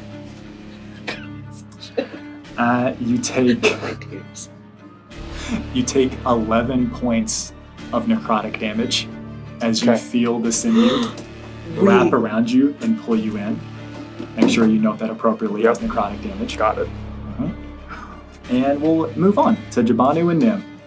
Oh, is that another journal? Let me see. All three of you. Are you biting it? Yeah. Can we see? I'm gonna hold up our journal and be like, what is in your mouth? Drop it. Drop it. Can I please have the journal, Kennedy? Yeah. I grab it and open it up so we can all read it. All right. You came from the doctor's office. Kennedy, you can read this and see this as well. Yes. And it looks like it's the beginning of a story. And it says the following. It says, she was born into a world of love and tragedy. The girl's story began long before she came into this world. Her mother was a skilled doll maker and puppeteer. She contracted the dreaded Scourge, a vicious and corrupting plague well known by my kind. It twisted those infected into grotesque, monstrous forms, robbing them of their humanity. However, this individual seems to be different. Despite the illness gnawing away at her, the mother clung to survival, clung to life, long enough to give birth to her daughter. During her pregnancy, she spent her days gazing out the window of their humble home, her hands resting on her swollen belly. She spoke to her unborn child of the adventures they would one day have. She told stories of distant lands, of friends waiting to meet her, and filled her nursery with toys, dolls, and games that her father, a masterful board game maker, had lovingly crafted. The two parents shared a deep bond, united for their love for each other and their unborn daughter, who would be their legacy. Though weakened by the Scourge, the mother remained hopeful. She and her husband would sing lullabies, spin tales of wonder, and imagine the day their daughter would join them. They believed in a future where she would thrive free of the shadows by this illness. However, that day would never come. The Scourge claimed the mother during childbirth, but not before she passed on a part of herself, her love, her hopes, and tragically, the sickness that had ravaged her. Her daughter was born infected, but not like most of the other victims. The child seems to have been born already transformed, body twisted by the Scourge into something unnatural. But very much unlike the mindless monstrosities that I slay, this seems to be different, sentient, intelligent, and frighteningly powerful. Yeah, she looks just like the CGI Renesmee is born. Oh no! Oh dear. Oh, this is messed up. This is really sad. I mean, but so far this is going great though. Like we're like, I can't believe we've made it out here. What do you mean going great? Shut the fuck up! The door to the bedroom is still open, and you can just see, looking through the window, which is actually the mirror, you see like a zoomed in Carnath's face. Like he's like looking down at the locket from inside the circle. I go over, give him a thumbs up. That was awful. I was stuck. The doctor. No. Anyways. Oh, I hate visiting the doctor. I'm gonna put my gun back on my back. It's no longer my weapon. That sucked. Where we go next? Or we could just go into the bedroom and we wait for everybody else. That's my thought. No, we have to go. Yeah, we should. We're really putting the pieces together. Rescue Island. What do you mean? It's half a book. Do you have another half? We got it right here. I think there's a third part. To become one book. Well, that won't fit in my mouth. It gets a little bit thicker, yeah. And we switched to Ireland. Phrasing. Yeah, Will. We switched to Ireland. Hey, I'll say that. Okay, can you talk? It shakes its head. She didn't let you talk. Do you like her? Can you help me out of the room? I can't reach the door. Stops pointing the sword at you and points to the box. I'm too small to carry the book. And with the blade itself, it opens the box, which is already open, I think, kind of pushes it, pries it up, and then just like lifts up the first pages. And then just like points at the book. And if a toy soldier could cry, it would, but it doesn't, because it can't. It can't. It just creeps. All right. Yeah. Scream. Yeah. I have friends here who can help me. It stops pointing at the book for a second, and it just points off into the distance of the playroom, and you can just see there's just rows and rows of toy soldiers. I'll read. That wasn't a threat. It was pointing to its friends. Yeah, sure. All right, you're in the playroom. And it says the following as you hop onto the book. Right. And read from left to right. When she didn't get what she wanted, her power would spill out of her in waves of corruption. The scourge within her spread like wildfire, transforming anyone who dared to deny her into dolls or worse, twisted marionettes, bound by invisible strings of her making. Her father was among the first to notice this. Small creatures, small animals seemed to have gone missing. However, soon, nearly the entire village followed. The village became her playground, a dollhouse filled with her creations, each doll a former neighbor, friend, or even distant family member, all enslaved to her will. Her world was one of eternal play, a macabre imitation of the happy life her mother had promised her. Have you read this? And it shakes its head. I read it again and I read it out loud to the soldier. And again, toy soldier cannot cry, but you watch as it like deactivates. And then the door just opens.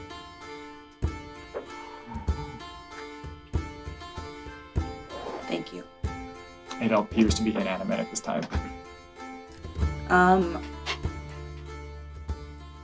You said before that I could sense that some of her power was drained away from controlling me. When she was speaking void speech, and when Okay. she was reconstituting this world, this space, yes. Mhm. How does it feel now? The space that you're in, it feels undisturbed, unperturbed. It doesn't appear to be hostile. There's no connection or tether between the two of you right now. You are your own doll at this moment. You don't feel her ire either. I attempt to leave the room. Doors open, you walk right out. You, doll Ireless, walks out on the 4th floor as this crew is running up the stairs from 3rd floor to the 4th floor. You see a doll Ireless. Who accidentally kicks out? I was gonna say, if that's happening, it's fight or flight, and Kennedy is definitely fight, so it's gonna be he's about to kick her. Make your attack roll. A doll comes out of the room. What should I add to it? It's a 6. Do you personally believe that Kennedy is proficient in kicking? Yes, absolutely. So let's go ahead and use Dex and proficiency bonus. What's your doll AC? It's 11. Oh no. Plus. Yeah, that's the hits. Double. Connects. Beautiful. We're just gonna I'm tiny. You are tiny. So I Go ahead and fly. drop a D4. I'm not sorry. That's 4. You take 4 points of bludgeoning damage, of kicking damage, and please go ahead and RP the sound or the image of you flying through the air. And Irelis goes I flying. could go like up the stairs a little bit, and then You can speak. go back down the stairs. You ragdoll down the stairs. That's the best way to fall. No. Oh dear. I attempt to speak to you. There's a book. I don't hear nothing. Look, that's obviously and also, Irelis. do I have a mouth that moves? You have a mouth that was like stitched together, and while she was holding you, it seemed like it was firmly shut. But now it looks more so like, this is really a weird way to describe this, but the stitching forms into a mouth. And the stitching itself just moves. Yeah, so you have no idea what I'm saying. Nope. No, just that I'm moving my mouth. I'm gonna gently put my hand on your shoulder and like turn you towards me and say, Irelis. Shit! I'm gonna pick up Irelis. doll. Irelis, is that you? It's really me. Okay, all right. I'm gonna put you on my shoulder. I'm gonna pick up the book, and I'm gonna like just put it in front of Nim. So and Kennedy, so we can all like read that. Yep. You read it. It becomes an amalgamation of the rest of the book that's already been read. Listen, someone in here wants us to know this story. Yes. These keep popping up. So curious. Yes. Hey, okay, you hold the book, I'll hold the doll. Perfect. And we go to Enoch. So I noticed that the things are coming closer to me as I touched it. So I hold it out behind me, in between like them and me. Do they come closer? Now that you are touching it, they do not move. How far away are they from me? About 10 feet. It was 15 first, then they come in about 5 more. Now it's about a 10 foot away from you in this little perimeter. I jump forward as I'm ripping the top off the box. Okay. So I can get into the midst of them. And then as I'm doing this motion, electricity ripples out from my body. Okay. I don't know these things are I know. actually This makes so much sense to me. 6. To hit? To all of them within 5 feet of me. You jump out, ripping the top of this off there, and you watch as it looks like they were beginning to like the circle moving around to like catch you wherever you're about to come to stay around, and you fall down and you just fry the first line of all of them. It's the new ones fill that place. You may know. Yeah, for sure. Those are real people. I don't know that. I've been trapped here for a long time. I'm a murder bot. So what's inside the box? Looks like it's a coupon to Arby's. It is a book. Monster. An RBQ, my favorite. A book, imagine that. It is a journal. Well, then I point my sword. I switch grip to my left hand. Do not attempt to come closer. And I open the book to read it. And you read the book, and it says the following. Word of the cursed child spread, eventually reaching the guilds. They sent one of their finest to confront her. There seems to be some type of addendum or addition here, almost as if there's a change in hands that was going back and forth. The Slayer, hardened by countless battles, was prepared for a fight, but what they encountered was something beyond even their worst nightmares. The girl's powers were overwhelming. Her control over reality itself, bending the town, everything within it to her will. Although we fought valiantly, we were unable to put an end to her, and then it seems like it switches hands again, and it says, I was unable to put an end to her at the behest of the Father. And then you watch as it seems to almost as if they were attempting to very intricately and intentionally write the following down. The Father has agreed to a binding ritual. He will serve as the key. For as long as his spirit is alive and thriving within this domain, she will be unable to escape. Until such a time that the Order deems that they have enough power, enough capability, enough help to come in and put an end to her. Slaying the Father will allow her to escape, but it will also make her vulnerable. And then it has essentially the different notes down below here, essentially a step-by-step process. The Father must be slain, then the girl must be slain, and then you must escape before the demiplane collapses within itself. No problem. Cool. Okay. So I'm pointing. I look over at the door. I think I wanted to do, but I don't want to delay us. I point at the dollies. Do not attempt to follow me. A path is created for you. Thank you for acquiescing. I walk through the path towards the door. The door swings open as you come close to it. Oh, I don't remember what running up the stairs. I don't remember what floor I'm on, but yeah, I'm running up steps. You're one of them. You come out the door, that. and the group essentially just combined in a really great order. What an amazing actually, yeah. We did good. And you see Enoch! These 3 plus doll. Enoch, give us the journal. There's no time to explain. Yes, Lady Nim. Thank you. Boom. It becomes thicker. Yeah, great. All right, I cannot explain what I witnessed. But we must kill the Father, then kill the girl, then we must escape before the demi-flame collapses on us. Oh, not again. But wait! We need my body. Oh my gosh. And I believe that would be step 1. Excellent. Well, we gotta go back down to the village. 2A?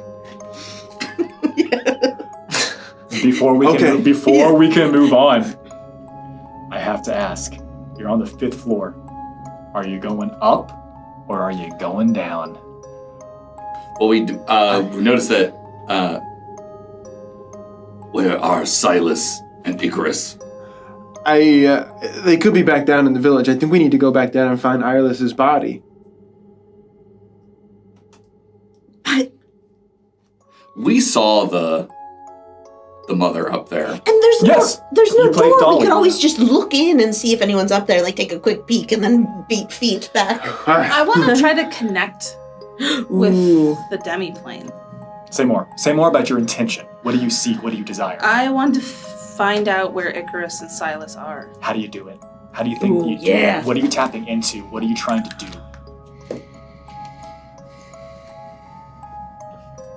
I saw Icarus make his eyes change. Okay. So I want to make my eyes change. See if I can make my eyes change to show what I've seen her do. In order to make you what you are, she puts a piece of her power into this space. Her power is reflected back at her, and therefore in all of her creations. You are a witch, a receptacle of natural magics and energy of the world. She hasn't had one of your kind before. You feel connected to the entire tower. You watch as the button eyes change into geometric pattern button eyes. Oh no, it's activated. Aaron, let's say something. You're freaking me out. I see everything. Icarus is upstairs. Fine, let's Wait, go. is he still upstairs? He is still upstairs. Icarus is upstairs, but he is trapped. Oh. And she is there. Silas. Can I see him? Can I see where he is? see Silas. Silas, as far as you can tell, is not inside the tower anymore. Oh. Silas is beyond my sight. Oh, he killed Silas. Just really quick, is there anything else you see of note? Just like, traps or anything? What the fuck is happening? I see you speak and I see you speak, but no one's explained shit. It's like there's some other person in this conversation. I'm so sorry, Kennedy. It's not a regular mouse. Kennedy, do you require medical intervention? Don't you touch me! And then I quickly give the rundown to Kennedy. Alright, I need subtitles. Yeah, right, exactly. The place that my body was in the basement of the house. Yep, you went into a house, Mm-hmm. and you went down a trap door into a basement, which was just a very large hallway full of rows upon rows upon rows of cells. And I full of can't people. see into it. You cannot see Silas inside the house, nor can you see what is down below. It is connected to the house. It is connected to the plane. I can't see my body either. Well, let's go up I and can see everything else. let's go up and save Icarus. That sounds like good. Yes, absolutely. We're going to save Icarus. Alright. He owes me big time. Then we will demand that she tells us where your body is. Then we're going to demand it's in the that basement. we're going to find the body. But I can't see it right this now. is body. This was officially Enoch. And we switch now to the top of the order. Silas. He lets the shadow consume back over his chest. Do you understand now, Slayer? I think so.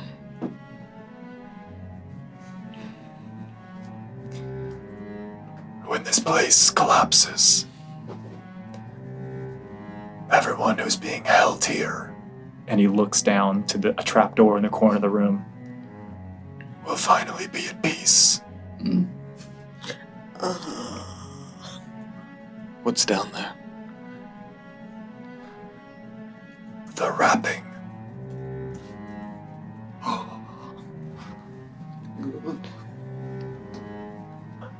You're not weak. Oh. No one can ask you to do something like that. His hand rockets so fast towards. Is your hand on the table? Is it by your side? Either way, he does that thing where he attempts to reach out to you and tries to connect. Shades can't weep, and he says, Someone did. I betrayed her. I promised her that if our child was born cursed, I promised her I would do what must be done. I failed her. Not yet. and he kind of sits back in the chair. And again, this shade made of shadow. And he picks up this cup. As he touches it, you watch it just become shadow as well. And he's almost pantomiming what it is to drink. I want to reach out to him, and I want to touch the cup and bring it down. You can connect with it. Yeah. As you go to touch and connect with it, you would see that there is a little bit of like a bluish purplish highlight that comes over your arm, over your hand. And then that's almost like that's what pushes it down. You're going to need to come with me. And you're going to see. If I leave this house,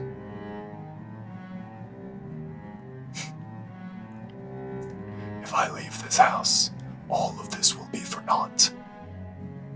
What must be done here. So we have to bring them here. And he looks at you, and he stands up. And you're still sitting for a second, and he says,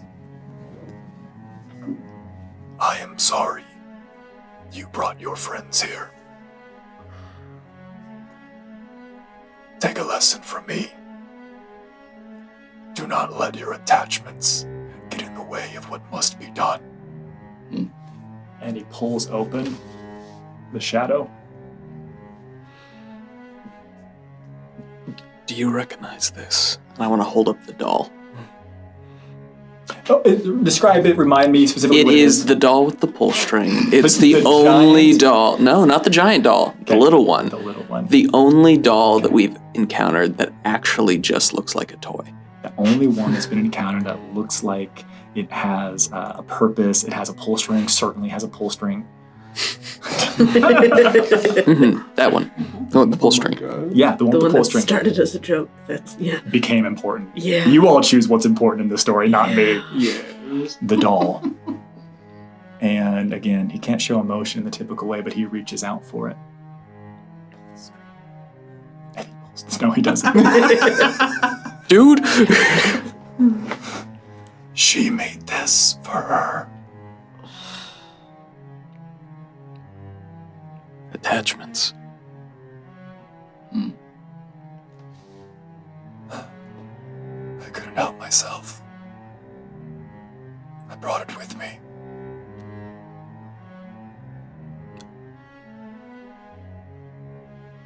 Tell me, you want me to end this? I don't want you to. I need you to. Help me atone for my sins. This has gone on long enough. And I'm going to take the doll, and I still have a lit torch in my hand. And I'm just going to place it on top. As you put it onto the torch, it begins to burn. And granted, it's got a pull string. All right, so you would assume that you need to pull the pull string to have something happen. And as my way, I'm telling you how it happens. Yeah, and I'm dishing it right back at the most blue balled DM. But again, remember when you took all my friends away? Yes, I did. Give me the doll back. But you've all in like films or movies or shows, you've all watched somebody like throw a toy like into a fire, and like as it's melting, you hear like the robotic like voice that goes off. Classic Furby. Truly, cursed Furby. Yeah. As it begins to burn, you hear a voice that certainly sounds muffled. It sounds like it's if a voice can melt, it certainly is. And you hear the following for the briefest of moments. Remember, even if I'm not there, I'll always be with you. And it appears to have been a feminine voice. Then it melts. And as he is standing there, he begins to take more of a corporeal humanoid form. And you see, arguably, for the first time in this campaign, someone who is not remarkably hot. Ew. A recoil. Disgusting. Cages. Well, and you see someone who looks like they wear mini laugh lines. And they're not remarkably old, but they look like somebody who lived a life that was full of joy and laughter. And you watch as the space around here begins to manifest more so than it previously was. You can see that there are board games and small toys, things that have been carved and whittled out of wood. You can see that there appears to be something for creating and stuffing and making dolls as well, some unique designs that likely you would not have seen before. Truly, not revolutionary, but remarkable in their craftsmanship in this small little familial hut. And we pan here.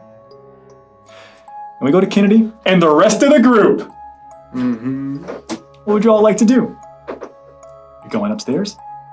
Yeah. You make it upstairs to the floor. There is no door for all of you. You can look into a room and you see Icarus. Icarus has been contained, has been grabbed, and appears to be dangling from the rafters of this room like a marionette doll. You see the little girl. She's kind of looking up at him. And you see that there is a giant marionette doll. Is it made of wood? Or is it plastic? The Icarus or the marionette doll? Not the Icarus. Not the Icarus. The marionette doll. It appears to be made out of wood and other materials. So, like, what if I lit it on fire? It might burn. Interesting. Will it also burn the strings? Oh, that is possible. That is very possible.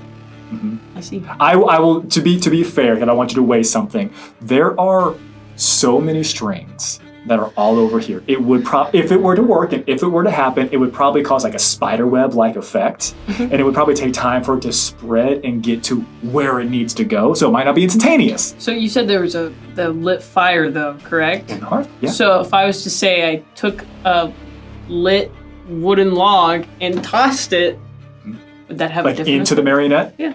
If you were able to somehow get it to lodge or connect or to stay jostled like into and onto the marionette, yes. Otherwise, you're just picking up a flaming log and chucking it at something. It's going to hit it and then it's going to fall on the ground. Like, But it still lights on fire. Right. I mean, granted, it's not going to be instantaneous. Like you need for wood to burn. It'll hold some fire to it for a little while. If you can find a way to get it to connect or to stay burning or get something to wrap up while it's on fire or flaming, it sounds like a wonderful idea to me. I'm trying to make this happen for you while acknowledging that just like something on fire hitting something and falling to the ground might not cause it to okay. light. Is there in the bedroom? Yeah. Are there bed covers? Not in Mother's room, like in the actual bedroom where there are bed covers. Yeah, 100%. See. Yes. Okay. Yeah, and also while you're looking into the room this time, there appears to be some dressers, some drawers, some chests. There also appear to be 2 beds in the room now, currently. In the upstairs. In the upstairs mother's room. Oh, Yeah. wow. Again, as far as I know, you all are standing outside this. You see Icarus dangling. Does he look like he's like, He's hurt. He's so hurt. Icarus, let's find out. Let's find out what you look like. Oh, God. Icarus, I need you to do me a favor.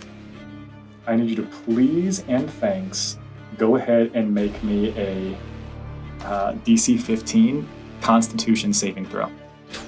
Ooh. Nope. Okay. Yikes.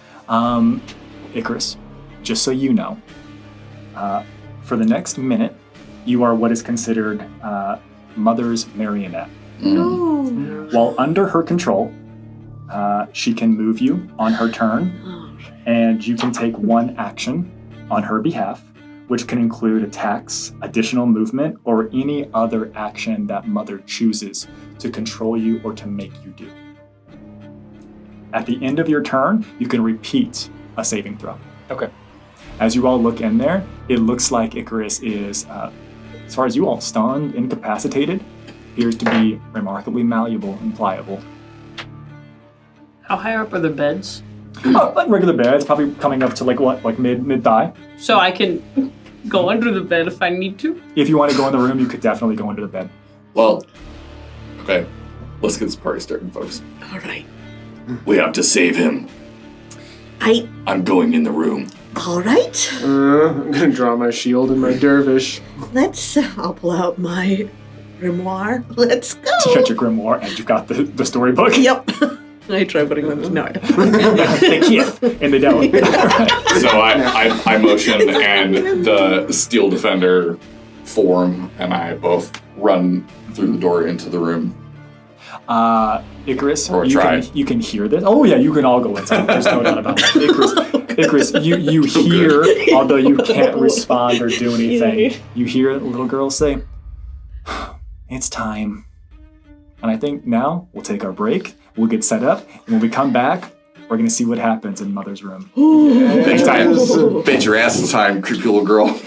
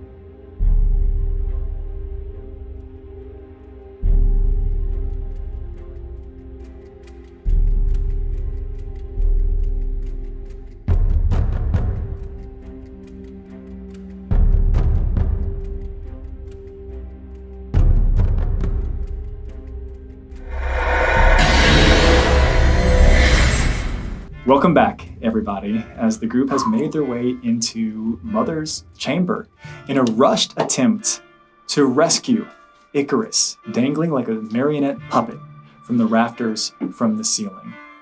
Keeping the same initiative order from what's been going on currently in the tower, we'll see that Silas has just ended their turn. Kennedy, you're up. What would you like to do? Cool. I want to go into my sniper position. Yep. And I want to sneak and army crawl my way to the bed, and I want to go under it. All right, so you drop prone. Yes. Beautiful. You're going to use like all 60 feet. Yes. Okay, beautiful. This is exactly what is happening. Kennedy, you all watch Kennedy's army crawling. 5, 10, 15, 20, 25, 30, 35, 40. Do you want to go under the small bed or the big bed? Small bed. I'm going to put you on the bed, but you're actually under the bed, Kennedy. I want to go in the baby bed there. All right. Baby Three-quarters bed. cover? Oh, undoubtedly. Yeah. Undoubtedly 3/4 cover. And I want to be reaching up and grabbing the bed sheet, pulling it down with me. Yes. All right. You. Something, as soon as you cross that threshold, all of you, Kennedy, it would have seemed like the room itself was activating. And you would watch as the little girl, as you are stepping into the space, walks into the hearth and begins to stand in the fire. Oh. And you army crawl. She like sees you and walks over.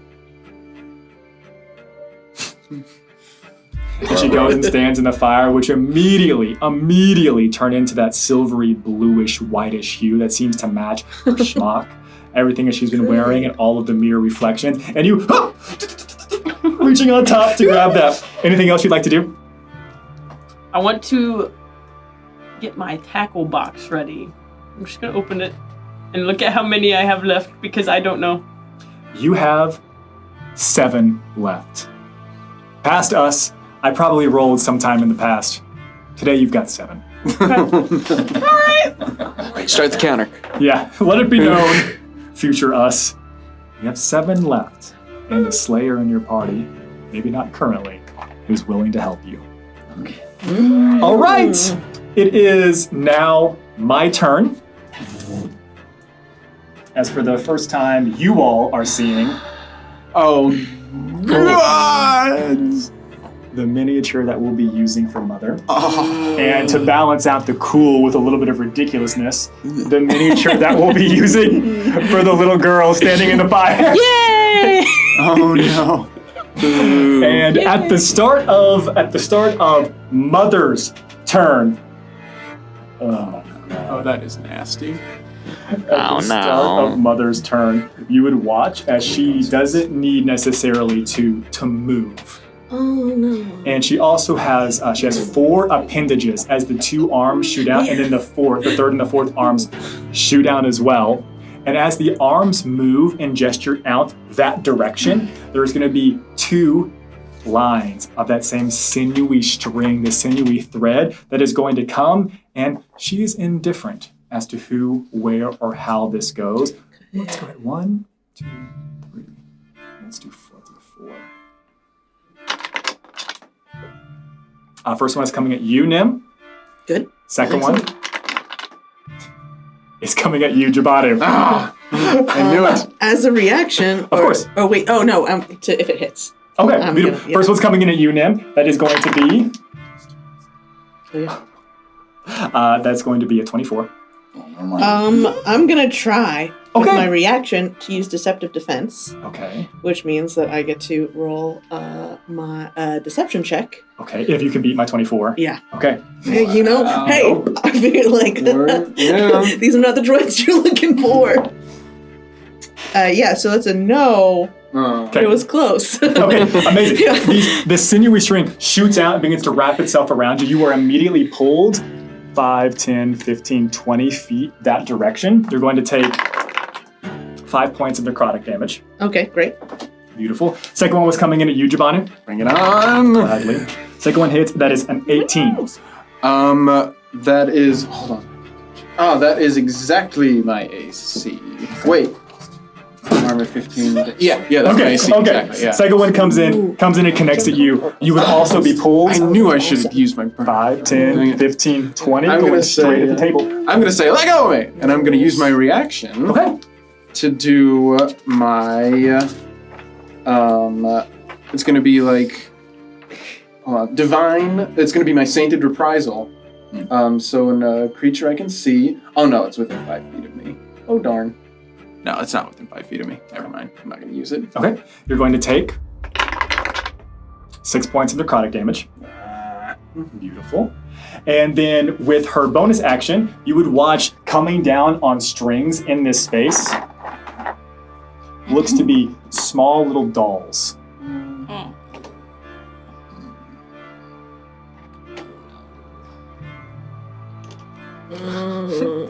Get that away from me. I love it. I don't like it. Small little dolls descend, creaking on the strings from above, filling this space. And Icarus, it's your turn. What can I do? Mother's will. What is her will? Kill them. Who? Oh, the people that were previously your friends. Okay. I want to move to the closest person to me, 30 feet, and I want to try and unarmed strike them. You were moving like a marionette coming that direction. You got 30 feet, right? So we're gonna do this. 5, 10, 15, 20, 25, 30. We'll get you like in and like around coming through that table. You have Giovanni right there. There is nothing. I will be explicit. This I have to be explicit about this. Kill them. Sure. Don't unarmed strike them. Okay. Do the most powerful thing in your arsenal to kill them. Bring it on. Go all out, man. Okay. No. I will shoot my Eye of Farrell at you then.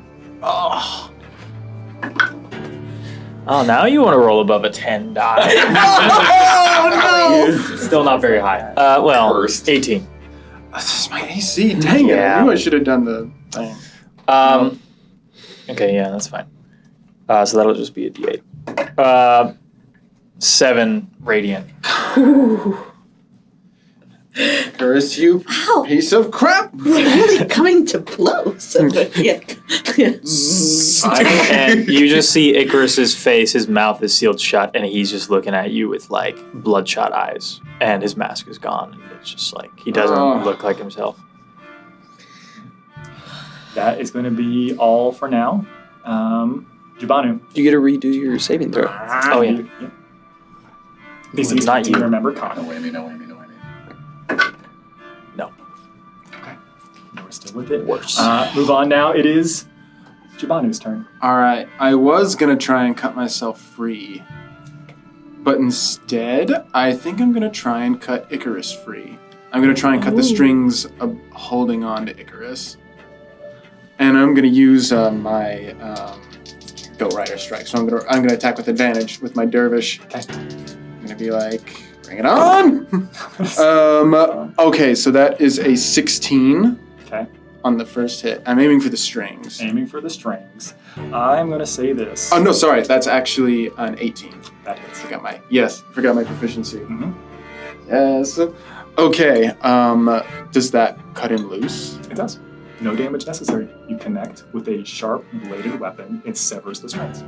And then I'm going to try and use the back end of the dervish to cut my own strings. The back end of the dervish? Yes, with the with its two-handed property. So I'm going to like whirl it around and then try and do that. Okay. Does it come in as slashing damage or come in as bludgeoning damage? It is slashing. Okay, cool. Yes. Make the attack. Yes. I am going to save that advantage for later. Okay. That is a 15. 15 is not going to be enough to do it. No. And just to be clear on what is happening here, it's not that you're not able to like fully connect with it. That 18 was a dedicated, strong, appropriate slash cutting through this. It almost seemed like this is with the backhanded movement wasn't quite enough to cleanly sever through. Anything else you want to do? Let's see. And then with my bonus action. Oh no, that was my bonus action. Yes, that was. No, that'll be it because I can't really move, right? Correct. Okay, yes. That's it. Next we have Nim, followed by Ireless, followed by Enoch, and then back to Silas. Nim, you're up. Great. I'm going to reach up my hand, and then using one of the trinkets that I have, I'm going to cast Inflict Wounds. What trinket is it? What's it look like? Oh, great. It's just on my wrist, and it's like a tiny little bauble, and I love it so much. And it's just like, I think this one just looks like a little red bead with some wire wrapped around it. And so I cast Inflict Wounds on the ropes. Inflict wounds on the ropes? Yes. Okay. Yeah. Or where, actually, I got dragged close, yeah?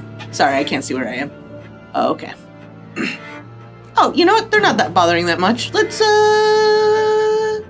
how far away is the little girls in the fire? The little girls in the fire, The little yes. girls in the fire. Can I actually, if I can make it, I'm gonna jump up on top of the counter and get to Mother. If you want to move closer to Mother. Yeah. I think she'll allow it. Great. Let me come. Would you like to move closer to Mother? Oh. Actually, yes. Cool. I think I would. How far do you want to move? I am gonna move. I don't want to move within range of one of those little doll guys, so I'm just gonna kind of try and take a path through them. Mm-hmm. I'm going to let you have this. How much movement do you want to use? Because it seems like as you're moving towards her, both of you will get a chance to do this. It seems like you're being aided, you're being helped. As you're coming that direction, it very much seems like you get lifted up over this table. 5, 10. And then, just like 20 feet. Okay. 15. 20 would get you right into that area with him, unless you intentionally want to circumvent and go. Yeah, I'm trying to intentionally circumvent. Yeah, I don't want any opportunity. Right there.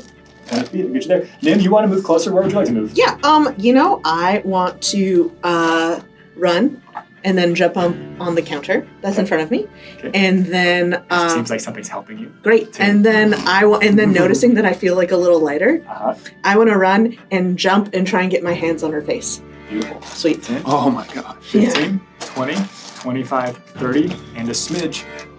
Great. Yep. Perfect. And then I'm going to take that same little trinket and cast. And instead, I'm going to try and cast Cure Wounds. You're going to cast Cure Wounds? Well, actually, no. I'm going to stick with. Razor Tooth. It's the Razor Tooth bandage trinket, and I'm going to stick with. With the Inflict Wounds. With Inflict Wounds. Yeah, I'm going to have to stick with it, even if she's resistant, this is more damage. Okay. Do me a favor. Before you drop the attack roll, yes, go ahead and point to someone who's currently here in the room.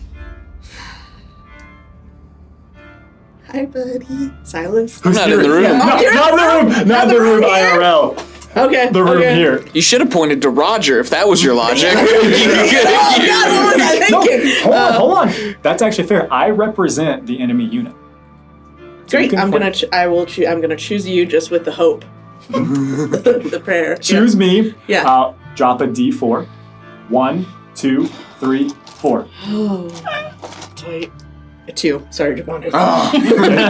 You bring up your item. Yeah. Make Great. your attack roll. Sweet. Well, we know how it works. Oh, no.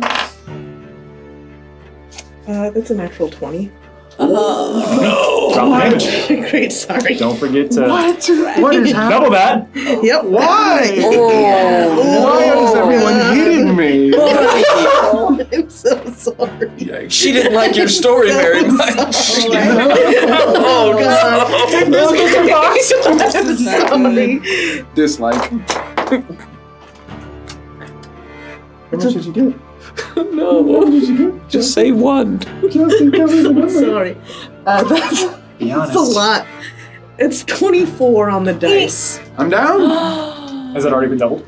No, that's 24 on the dice. So, yeah. So I am that's absolutely 48. down. Okay. Necrotic damage. What's your total? What's your maximum hit points? Wait. My maximum is 34. How'd you roll that? What? How'd you roll that much? Okay. It's 3d10. I know. You got a 24? I got 24. Jabanu is down. Oh my God. Yes. 100%. Jibanu is being helped and lifted this direction, and then you would watch as Nim, Get him, Nim, get you him! rush up and throw your hands up onto Mother's face. And then Jibanu just dies, just falls down. You eat shit face first, my guy. What's it feel like when Nim activates inflict wounds from this item? I think that it yeah, it's certainly what it turned out to be. I think it feels like this rush of power that just feels great, and I'm looking up in Mother's wooden face, and then I hear the thud hit the ground and look over, and then see Jibanu fall, and I'm like, oh no! Yep. Hey. Anything else you like to do with your turn? Anything else you want to kill? I think regret. I think is it's free. Yeah, regret is free. I'm gonna take my action and just look at Jibanu still on the ground and be like, oh no. Ireless, followed by Enoch, followed by Silas. I think Ireless was on my shoulder, actually. Do you think that? That's what... You were carrying me. I was, yeah. I put you on my shoulder when we were What was talking. the sound it made when you fell down the stairs again? It was like a wooden bell sound, and then click, click. Yeah. All right, Ireless, you can gladly be right there then. She's in the fire. She's not directly right there, but you are within 10 feet of Mother. Great. I have been here before. And it didn't go well, and it didn't go well immediately last time I was in this room. True. So I am a doll, and there are very few things I can do. I'm going to attempt again to connect with this demiplane. Nice. What do you seek? What do you desire? What I'm hoping to do is to connect with an animal that's outside of the house. A stuffed beast? Yes. Amazing. Okay. I do. Yes. And we know that they can speak common. They can now speak common thanks to you, what you are. Yes. So knowing that I can't see Silas, I am going to yell as a beast towards the house with my own voice. Silas! We're in Mother's room on the 6th floor, and we're all dying. Get my body, we need to go. No. There is a single tiger standing on the bridge screaming at the house. Oh, no. That's my action. The shade opens the window. He's like, hold on a second. I'm like putting my hand on his shoulder and also looking out there. That's never happened before. I got some pretty weird friends. My body is in the basement. Anything else you want to do? I feel like that's a pretty good action. Maybe even also a bonus action. And I am going to worry with the most worry I've ever had, mixed with the most, almost maybe, the most regret I've ever had, seeing that we're all about to die because of my own actions that I have a great reason for, but... Hey, I helped right now. We all played a role. I didn't, yeah. You ain't dying. End of your turn. Mother's going to use one of her legendary actions, and she's going to make an attack at you, Nim. That's fair. Being closest here. Yeah, I mean... In her face. Yeah. It's a 21 to hit. Oh, wait. Oh, I had my turn. I'm going to use my... I'm going to try and dodge it using my deceptive... Yeah, okay, that's a 2 on the die, so okay. Like 15 points of slashing damage. Oh, slashing. Slashing damage. Cool. As one of the arms comes swiping down at you, and it looks like it almost has like whittler's tools on the hand itself. Ow! That's not very sporty. Enoch, followed by Silas. Whittling? All right, so first thing, I am going to pull out the techno pistol, aim at the mother. Yes. Yes. Okay, that will be a 25. 25 certainly hits. For 9 damage. 9 points of damage. Oh, sorry, 10. 10 points of damage. Then I'm going to run to the wall. Over here? Yep. 5, 10, 15, 20, 25. I'm going to slip the sword into the scabbard. Claws come out, and I'm going to begin climbing the wall. But on the way there, I motion to the defender, and it's going to run its full movement 40 feet. 10, 1 attack of opportunity, 15, 20, 25, 30, 35, 40 will get you right next to Jabon. You're right next to the other one. I'm going to go ahead and drop this right here for you. I believe it's going to miss. You're a Seal Defender with only an 8. Okay. And it's next to one of the beasties, yes. I think. So it's going to do... dolls. What's that? Oh, one of the thralls. Dolls, thralls, same thing. I'm pretty sure. They all blend together. Does a 16 hit? 16 does hit. Okay, 4 damage. Beautiful. You watch as this thing takes 4 points of damage, and as you kind of like rip into the stuffing of this doll, you watch as it looks like somehow Mother has been reinvigorated. Balls. Okay, well, we're doing great. So that's my turn. Beautiful. At the end of your turn, it's going to go ahead and use another legendary action to continue trying to kill Nim. Good. Yeah, let's go. Let's go. Ooh, trying to help hold you, but on. you have to help yourself. I know. Does a 12 hit you? No. You watch as it attempts to come down here, and maybe the residual from your deceptive maneuvers previously. Slow motion. You dipped and dived a little bit pretty well. I failed so badly that it worked. It was delayed. Yeah, it was exactly. delayed. Yeah, Doesn't it's all work. part of the plan. Yeah. Went around the other one. Also, remember, she has the gears orbiting her. Yes. Beautiful. Yes. Okay. Silas, it's your turn. A tiger, a stuffed animal tiger, has just yelled with the voice of Ireliz from the bridge. I need to get there. You can help. I don't think you understand. This is where I stay. Sled, do what you must do. Stop delaying. Her name. He looks confused. What is her name? I don't see why that matters. We never spoke her name. We deigned not give it to her. Why it matters. Call out her name.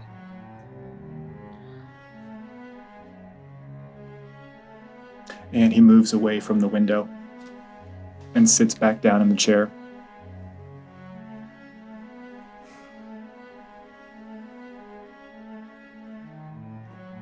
Her name was to be Kristera. What do you ask of me?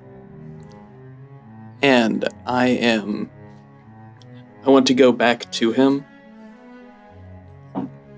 and in void speech, I'm going to demand to be brought to her. And I'm just going to have my hand on him as I'm saying this. So the same exact thing, which no one else is here to fully appreciate. As you speak this, it's an energy, it's a connection. You are demanding and attempting to essentially break through whatever her domain would have been. The only difference this time is you're within her father's domain. And as you say, connect me to her, bring me to her, create a space, a tunnel between the two of us. The rest of you who were in this space, that bluish, whitish, silvery hue that had come over the flames, currently in the lit area, the lit fireplace here, extinguish. And from the back of the hearth itself, it would look as if you were gazing into a small house in some small village, supposedly, potentially, down below. Silas, you see atop the table that the two of you are sitting at, it looks like there is a small orb that begins to form, some small tunnel, some small disc that begins to form. It gets larger and larger and larger, and it looks like you are looking in to the very same bedroom, and you can see some of your individuals, some of your compatriots. And you can see that it looks like flames have just recently died out. And she kneels down and she looks through the flames and she says, "You!" Beasts act according to their nature. Monsters are made. You were made this way, a scared child born into a world that didn't want them. And some children don't get to keep their family, friends, or even their home.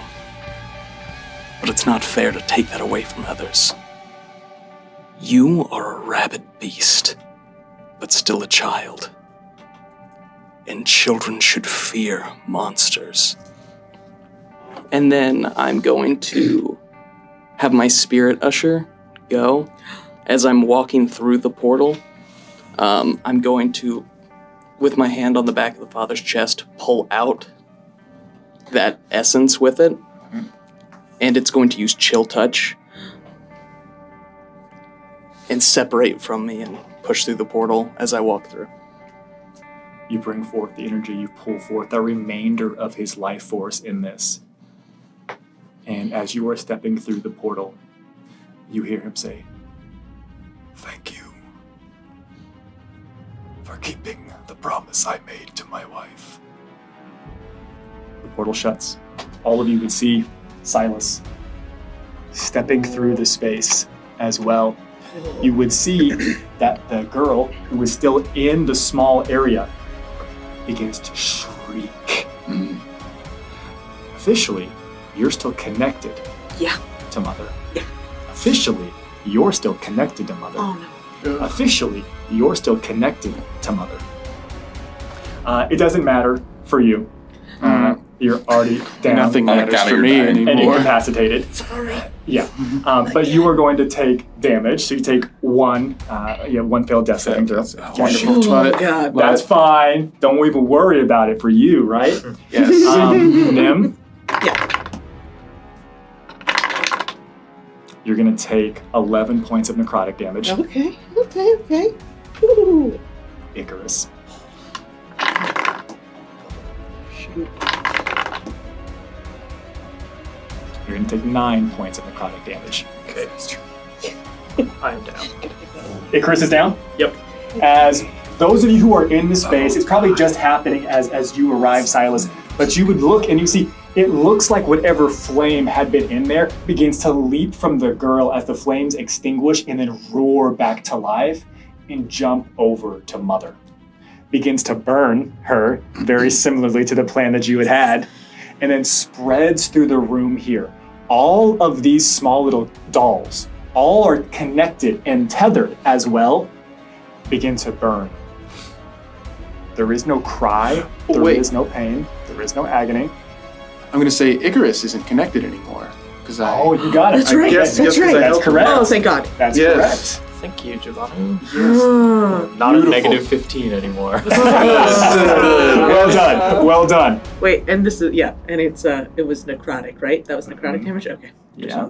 Excellent. Okay. And you watch for the briefest of moments as it looks like she is burning from where she currently is. It begins to look like the visage of a medium-sized humanoid woman. And as it kind of just sits back down in the rocking chair just begins to disappear. The only creature left in this space is the small girl. Silas, that was your turn. Okay. All right, fair enough. That was good. That was a good turn. Yeah. Kennedy, it's your turn. You're under the bed. You've got the blanket in your hand. Where's the little girl? The blue. The little girl is literally right here by our ghost friend. Big target for a headshot. Which does not look the same. How does your ghost friend look? It looks like, not unlike the dolls when we were looking through the mirrors. It looks like a bunch of things stitched together. Kennedy, there are many threats in this room. Which one would you like to shoot? Who said I was gonna shoot anything? You said there's still fire? Yes, I will have you know the little girl does not appear to be made out of wood.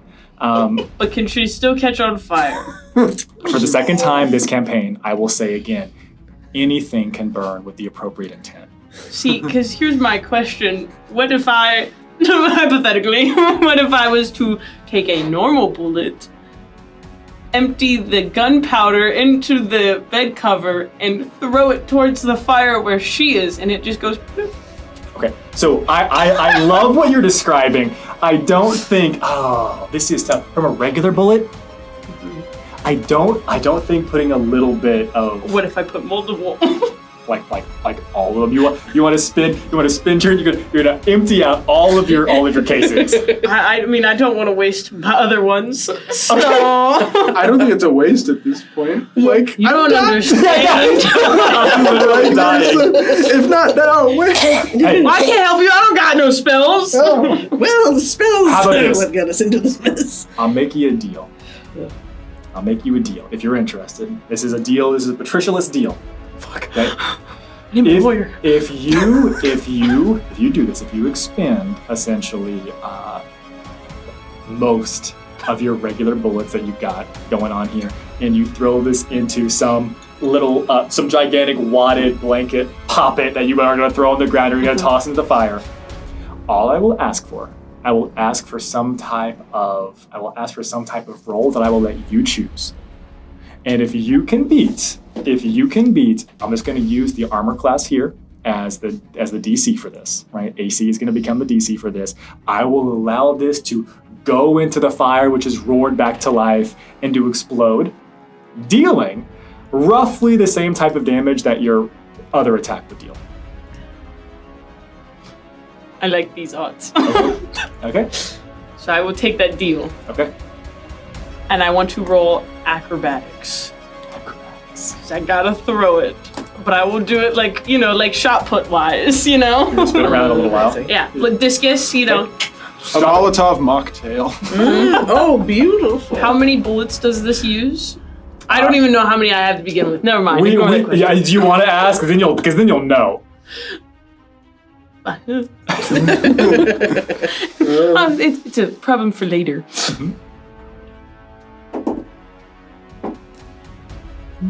As long as, was it not a 1? It was not a 1. It was, what was it? It's an 8 on the die. Oh! Okay. What's your acrobatics? 12, so it'd be 12. Okay. Now, this is what we're gonna do. We're gonna play this in an interesting fashion, because it's not like you're swinging with the weapon or shooting something and it just goes off. Kid, you spend your entire turn, all 6 seconds. Come up with the Yes. and you're like emptying shells and pouring things onto a blanket. You tie it up with a nice little knot. You're like, cooking. You spin around a couple of times Under the bed. And you have to stand up to do all this stuff, right? Yeah. And so you are spinning and you throw this. And what we're gonna say, Kennedy, you miss a little bit, as we can go ahead and remove Mother from here as well. And it looks like your shot just went over here, pretty close to where Nim was. So there's still a bundle of powder, right? Explosive powder in this room. Is there anything else you'd like to do? No. Because that was my whole action, right? Yes, that was the deal. Yeah, no. Okay. All right. Following Kennedy, we have Icarus, followed by Jabanu, followed by Nim. Icarus is going to turn and just walk in a straight direction towards the little girl. But as he passes over Jabanu's body, he's going to pause. 25 feet, I'll get you right there. And I just look down at him. And he just, if he can faintly see, you would just see Icarus, still his mouth sealed shut. Just like this intense fury in his eyes as he just pulls his hands apart and just radiant energy is in them. And you can't tell if he's going to kill you or what. And he crouches down and puts his hands on your chest. The holy defibrillator. You heal 7 hit points. You hear her say, "That's not supposed to work like that." And I just glare at her, and I keep walking towards her. The spell has gone off with no need for any type of wonky rolls. Wasn't a spell. Oh, yeah. Oh, even still. Okay. Even still. Anything that is innate abilities or things that you're using as part of like your domain feature, hers should have superseded it. She's equally as confused. You shouldn't have been able to do something to undermine her authority in this space. I'm just locking eye contact as fiercely as I can. Anything else you'd like to do? I don't think I can do anything. I want to just kind of look around. Does anybody else seem... Who seems like they're in the most danger? Well, I mean, realistically, it depends on your interpretation of that. Does anybody look injured, basically? Yeah, you, Nim, I think looks a little bit... I'm looking pretty rough, but... Yeah. I mean, Jabanu is probably still one of the most injured, even though you just healed them. Yeah. But for threat or for danger, I mean, Silas is closest. Okay. So, I mean, Silas could be in the most danger, depending on what that is, what that looks like. Okay. Yep, I'll end there then. Okay, that means it is now Jabanu's turn, followed by Nim, followed by Ireless. You are prone. I'm gonna use the 15 feet movement to get up. Yeah. And I'm gonna say, sorry. I'm gonna look at and I say, when we first met, I was wondering about the permissible level of violence against children. I'm gonna drop my dervish, pull out my quarterstaff, cast Shillelagh, and then I'm gonna go up to her, and I'm gonna be like, you step over the doll that is Ireless. Yeah, and I'm gonna be like, I didn't tell you the part of the story where she met a goat named Jabanu. The goat did this. And I'm gonna whack her.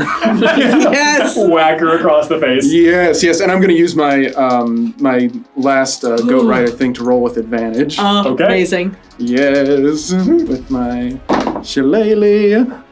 So that'll be a 22. It certainly hits. And not only that, Pinafore doesn't have like a great armor class. So not only so my staff isn't just, my shillelagh isn't just like the psychedelic moons. It's just right now it's pure white moonlight. So it looks like I'm almost holding like a white lightsaber without a handle. Is like what it looks like. And not only that, but I am going to use my torment. So I'm going to lose 5 hit points to deal 10 extra radiant damage to her. That's on top of my regular damage. And so that'll be 1d8 plus 4. I'm gonna be like... So that's a 7. Okay. So that is going to be 21 total points of radiant damage. Oh, yeah. 21 points of radiant damage total. It looks as if... It looks like somebody was remarkably furious and like went into the bathroom and like punched the bathroom mirror as she begins to fracture. And you see coming out of the fractures, you see that there is this dark Icarus fluid. And she is vulnerable to radiant damage and seems to take 42 points of damage. Yes, he mad. And I'm back down to 2 hit points. Hey, Put your all into that strike. Yeah. Yeah, I put it everything. That's right. Yeah. All right. Anything else you want to do? No, that was my movement, action, and bonus action. And I said cool stuff too, so that's it. Oh, of course, of course. At the end of your turn, she's going to go ahead and burn one of her legendary actions, and she's going to look at you, still fractured and still broken, and she's going to say, "You taught me this?" And she's going to put her hands up to your face. My shield. I don't know if that's going to hit. Is it with an 18? Yes, I'm still 18. Okay. I don't know if you pulled up your shield or you dropped your shield. So an 18 does hit? Yes. Oh my goodness, man. You take 12 points of necrotic damage. Going back down. Jibadu falls back down. Oh no. Do death saves carry over, or is They it? do not. They reset. Yeah. Silly, but we'll keep Fortunate. it. We'll keep it the correct rule here, correctly. Jibanu, their turn. Now it is Nim, followed by Arliss, followed by Enoch. Right, well, Nim's still a little nervous about using spells, even though it seems like it's maybe going okay. But she hops down, she sees the, yep, I got you. She sees the bag. Yeah, looks at Kennedy like, I got you, and I pick it up and chuck it in the fire. What skill would you like to use for this chuck? Can I sell you on sleight of hand? Because a little boop. Yeah, a little like boom. Yeah, a little Through like a frisbee. Yeah, under softball. Yeah, behind through Yep. Okay. All right. Come on, buddy, please. Please. Oh wait. Okay, that's gonna be a 24. Amazing. We only set it at 14. Nim, you come over here. You lock eyes with Kennedy. Yeah. You grab the bag, give it the old 1-2, chuck it over Shmya. Yeah. It goes roaring into the fire. Yes. And there's 3 seconds. Nothing happens. Then you hear. This is what you call a bomb. I want to duck behind the chair. Because if I take 2 points of damage, I'm down in the most embarrassing way possible. No, it's the only way. It's the only way that I see this ending for everyone who's on that side of the room. Oh shit! Beautiful. How much damage does your rifle normally do? Is it 3d10? I think it's 3d10. 3d10. Okay. Here's what we're gonna do. Drop 3d10. Okay. Sure. R.I.P. I'm so sorry. Again. Not again. Bring it on. Okay. That's an 11 this time. Okay. Awesome. She is going to take 11 points of really. It's a mixture of fire and shrapnel damage, fire and sharp damage here. And everyone that is within 15 feet of the fire, which is 5, 10, 15, including Icarus. Kennedy, you're actually fine. Wonderful. Sorry. But Nim is not, because it's closer to this side of the room. No! Okay. So Silas, you take the damage. Icarus takes the damage. Doll, Ireless take the damage. She takes the damage. That saving throw failed. Yeah. Wait, so it's 11. I take 11 points? Yes. It's happening I'm down. So, Nim. It's 11 damge? Yeah. Yeah. I got you, I'm down as well. I'm doing it, Kennedy! This is the plan. All Just an right. explosive area effect. It was an immediate ask and deal for these individuals over here for it to be damage straight in, damage straight out. Good. Great. All right. Okay. Well. Ireless, I'm assuming Nim, that was your turn. Ireless, you are up, followed by Enoch, followed by Silas. My partially burned little doll body skitters over to her, and I yell out in my real voice, "Just because you don't have friends doesn't mean you can take mine from me." Yes. And I jump on her and attempt to grapple her with grabby hands. Yes. My grabby hands. Yes, let's go. Oh no, it's only an 11 to hit.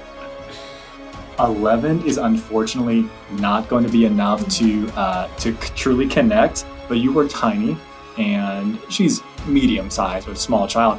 I'll let you stay climbing on her for free. In her ear. I regret. I take it back. In her ear, I'm going to conjure up the loudest laugh that I can as a size tiny doll. Yep.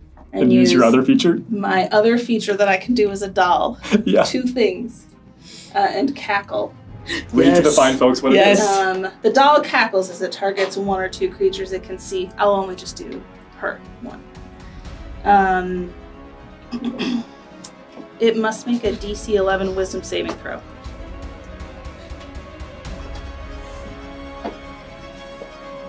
And it takes psychic damage if it fails. So 2 on the die. Doesn't matter what the mod is. She fails.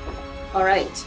The creature will take 2d4 psychic damage and will be incapacitated for a minute. Yes. What a Let's go. powerful ability to give a doll of this space. 8. Yes. I rolled 8. Yes. 8 points of psychic damage? Heck yes. Wait, incapacitated. That's good. Incapacitated for the next minute. She's overcome by a fit of laughter. Oh, that's not creepy. Oh no. As little girl doll laughter joins me in. And there's no doubt about this. She falls cackling to the ground, cracked and cackling, as that same black energy is pouring out of her, and a miniature version of Ireless is cackling into her ear as they're rolling back and forth. I'm so glad I'm dead right Yeah, now. me too. Wow. Anything else you'd like to do? Kennedy, Enoch, Silas, ghost friend. I've got it. I'm really sorry. Enoch, it's your turn. Okay. The Steel Defender, which right now just looks like my son.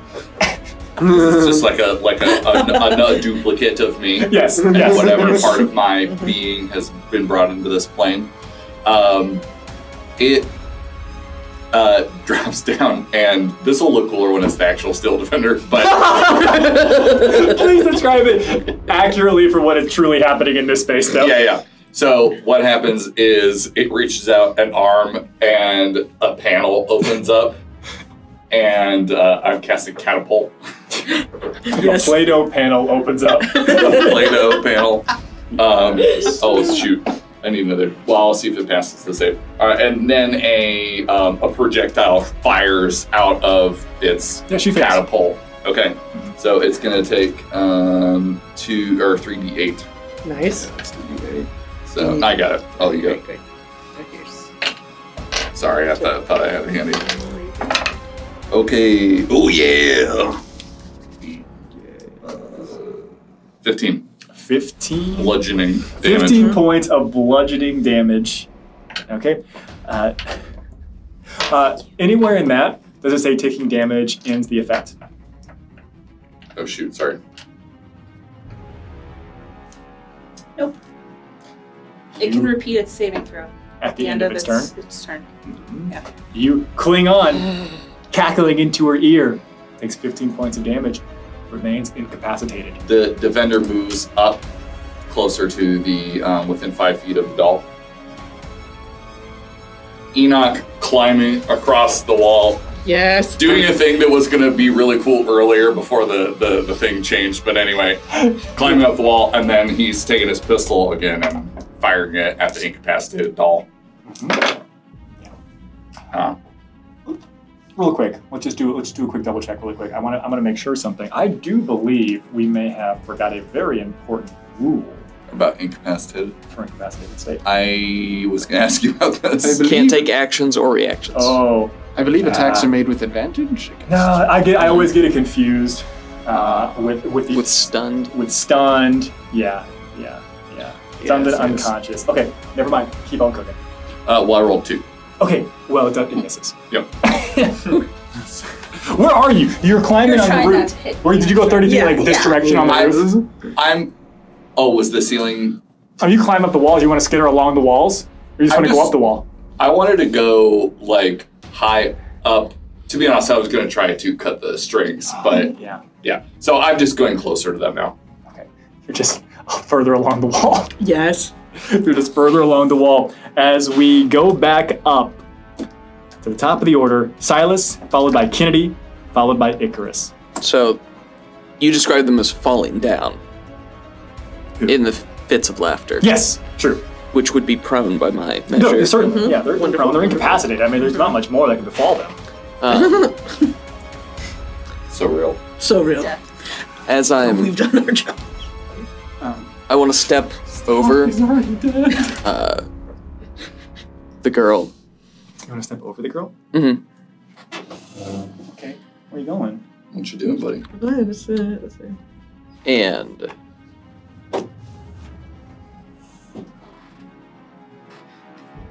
I'm looking at this just like this really like sad scene here. Like this girl's world is literally crumbling around her. And I just want to say, I'm sorry. And I'm going to strike at her, but I would like to invoke that previous roll that we did. Right before I came in here, I asked for the religion check. You made for a a check call there. out. I did. Remind the fine folks who you called out to. I called out to Umbraxis. Okay. How do you spell that again? I don't say it in character. Oh, okay, never mind. And I'm dead anyway. BR. Yeah, truly. Yeah. But you heard it when it happened. Yeah. BRAXIS. Braxis.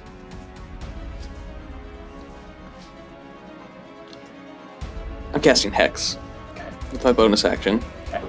I'm going to roll with advantage here. So the first one was a 19 on the die. Hits. Right. So I'm also going to expend a Slayer die as I'm using Slayer Strike. So I need a con saving throw there. I just, again, regardless of what the rules for incapacitated means, the idea of being able to withstand some type of saving throw effect just seems silly. You know what I mean? Yeah. Necrotic damage is some of this. I don't know if that's measured differently for this character, but The hottest of seconds. Yep. Yeah, give me the necrotic damage separately, please. 5 necrotic, and then 9 from the sword, 3 from the Slayer die. Oh, and then, I'm sorry, 13 from the sword, because I get to add my strength. Okay. Anything else you're doing? That's it for me, I think. I say I'm sorry, and then I strike down, and I'm trying to just push through and shatter that connection. If I were to ask how you wanted to do this, would it change anything? I think in that last moment, as you described it as like shattering, before it completely falls apart, it would just reconstitute for her the way that she was meant to be before it just crumbles. Who has the life-sized doll? The life-size doll had gotten taken away, but I did have it. Where was it? It was in the basement with Earless. Shit. Beautiful. No, this is actually pretty okay. You're cashing in your token to the private die rolls that we had to see what if Umbraxis would somehow hear or connect. You say, "I'm sorry," and she shatters. And as she shatters, in the space that is left, it almost looks like there is a silhouette or an outline. And it looks like it is just pure darkness, shadow. It is the space between other things. It is the void before the void had this negative connotation. As far as Umbraxis is concerned, nothingness was first. Umbraxis was first. And everything that came afterwards is simply built upon the foundations of the nothingness that they created. And in this silhouette, you see, it looks like a regular humanoid, medium-sized woman. And it looks like she's walking and she's unlocking some cell down below. And you see off in the distance, it separates for a second, and you watch as this figure brings forward the body of Ireless. And as it gets closer and closer, stupid as it sounds, you realize that it is that life-sized doll that you all took from the bedroom as soon as you had arrived. And she pushes Ireless's body through that portal that's been created. I think I just dropped the sword and take her. And you can't hear what this thing is saying, but it almost looks like it is becoming corporeal, it is becoming real, it is becoming flesh for the briefest of moments, and you see it mouth, "Thank you." And it shuts. And she is shattered like porcelain on the ground here in this space. The life-size doll, certainly down in the basement, as the tower begins to rumble and shake. The fringes of this room begin to unravel and unweave. Raise your hand if you're currently unconscious.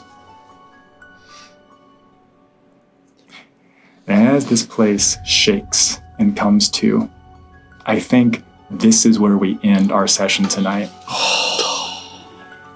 You all, having done what the Slayer of the Past didn't do, and what her father refused to do. But the work's not quite yet done. Because it's not done until all of you escape this place. And that's where we'll start next time. Objective, survive. Yep. Cool. Very cool. You can get two of them, right? With the Steel Defender. Yeah. I can probably grab Icarus. He's what, 35 pounds? And lifeless body at the same time. I have your lifeless body. I know. I think you all Can I carry you and Icarus? fine, right? Probably. We got It's gonna this. be Certainly. so fun. Like Well. just Overall, I'm impressed. Yeah. I am impressed that you dealt with this. I'm glad that this happened. And I hope We're gonna be fine. it's going to be just fine getting out of here. I thought you were going to say, I hope that you learned a lesson. Oh, no. Look at me, Joe. Look at me, Joe. Lessons If were I learned. have to bend down and grab Icarus too, and we leave and this void zone closes, that's 2 swords that I've lost in fucking void zones. That's also 2 extra dimensional spaces we've collapsed after killing someone. Oh, Truly. wow. I gotta start a list. Okay. Start a list. Yep. And see what we add to it Yep. next time on the Shifting Realms. Hey. Bye, everybody. Bye.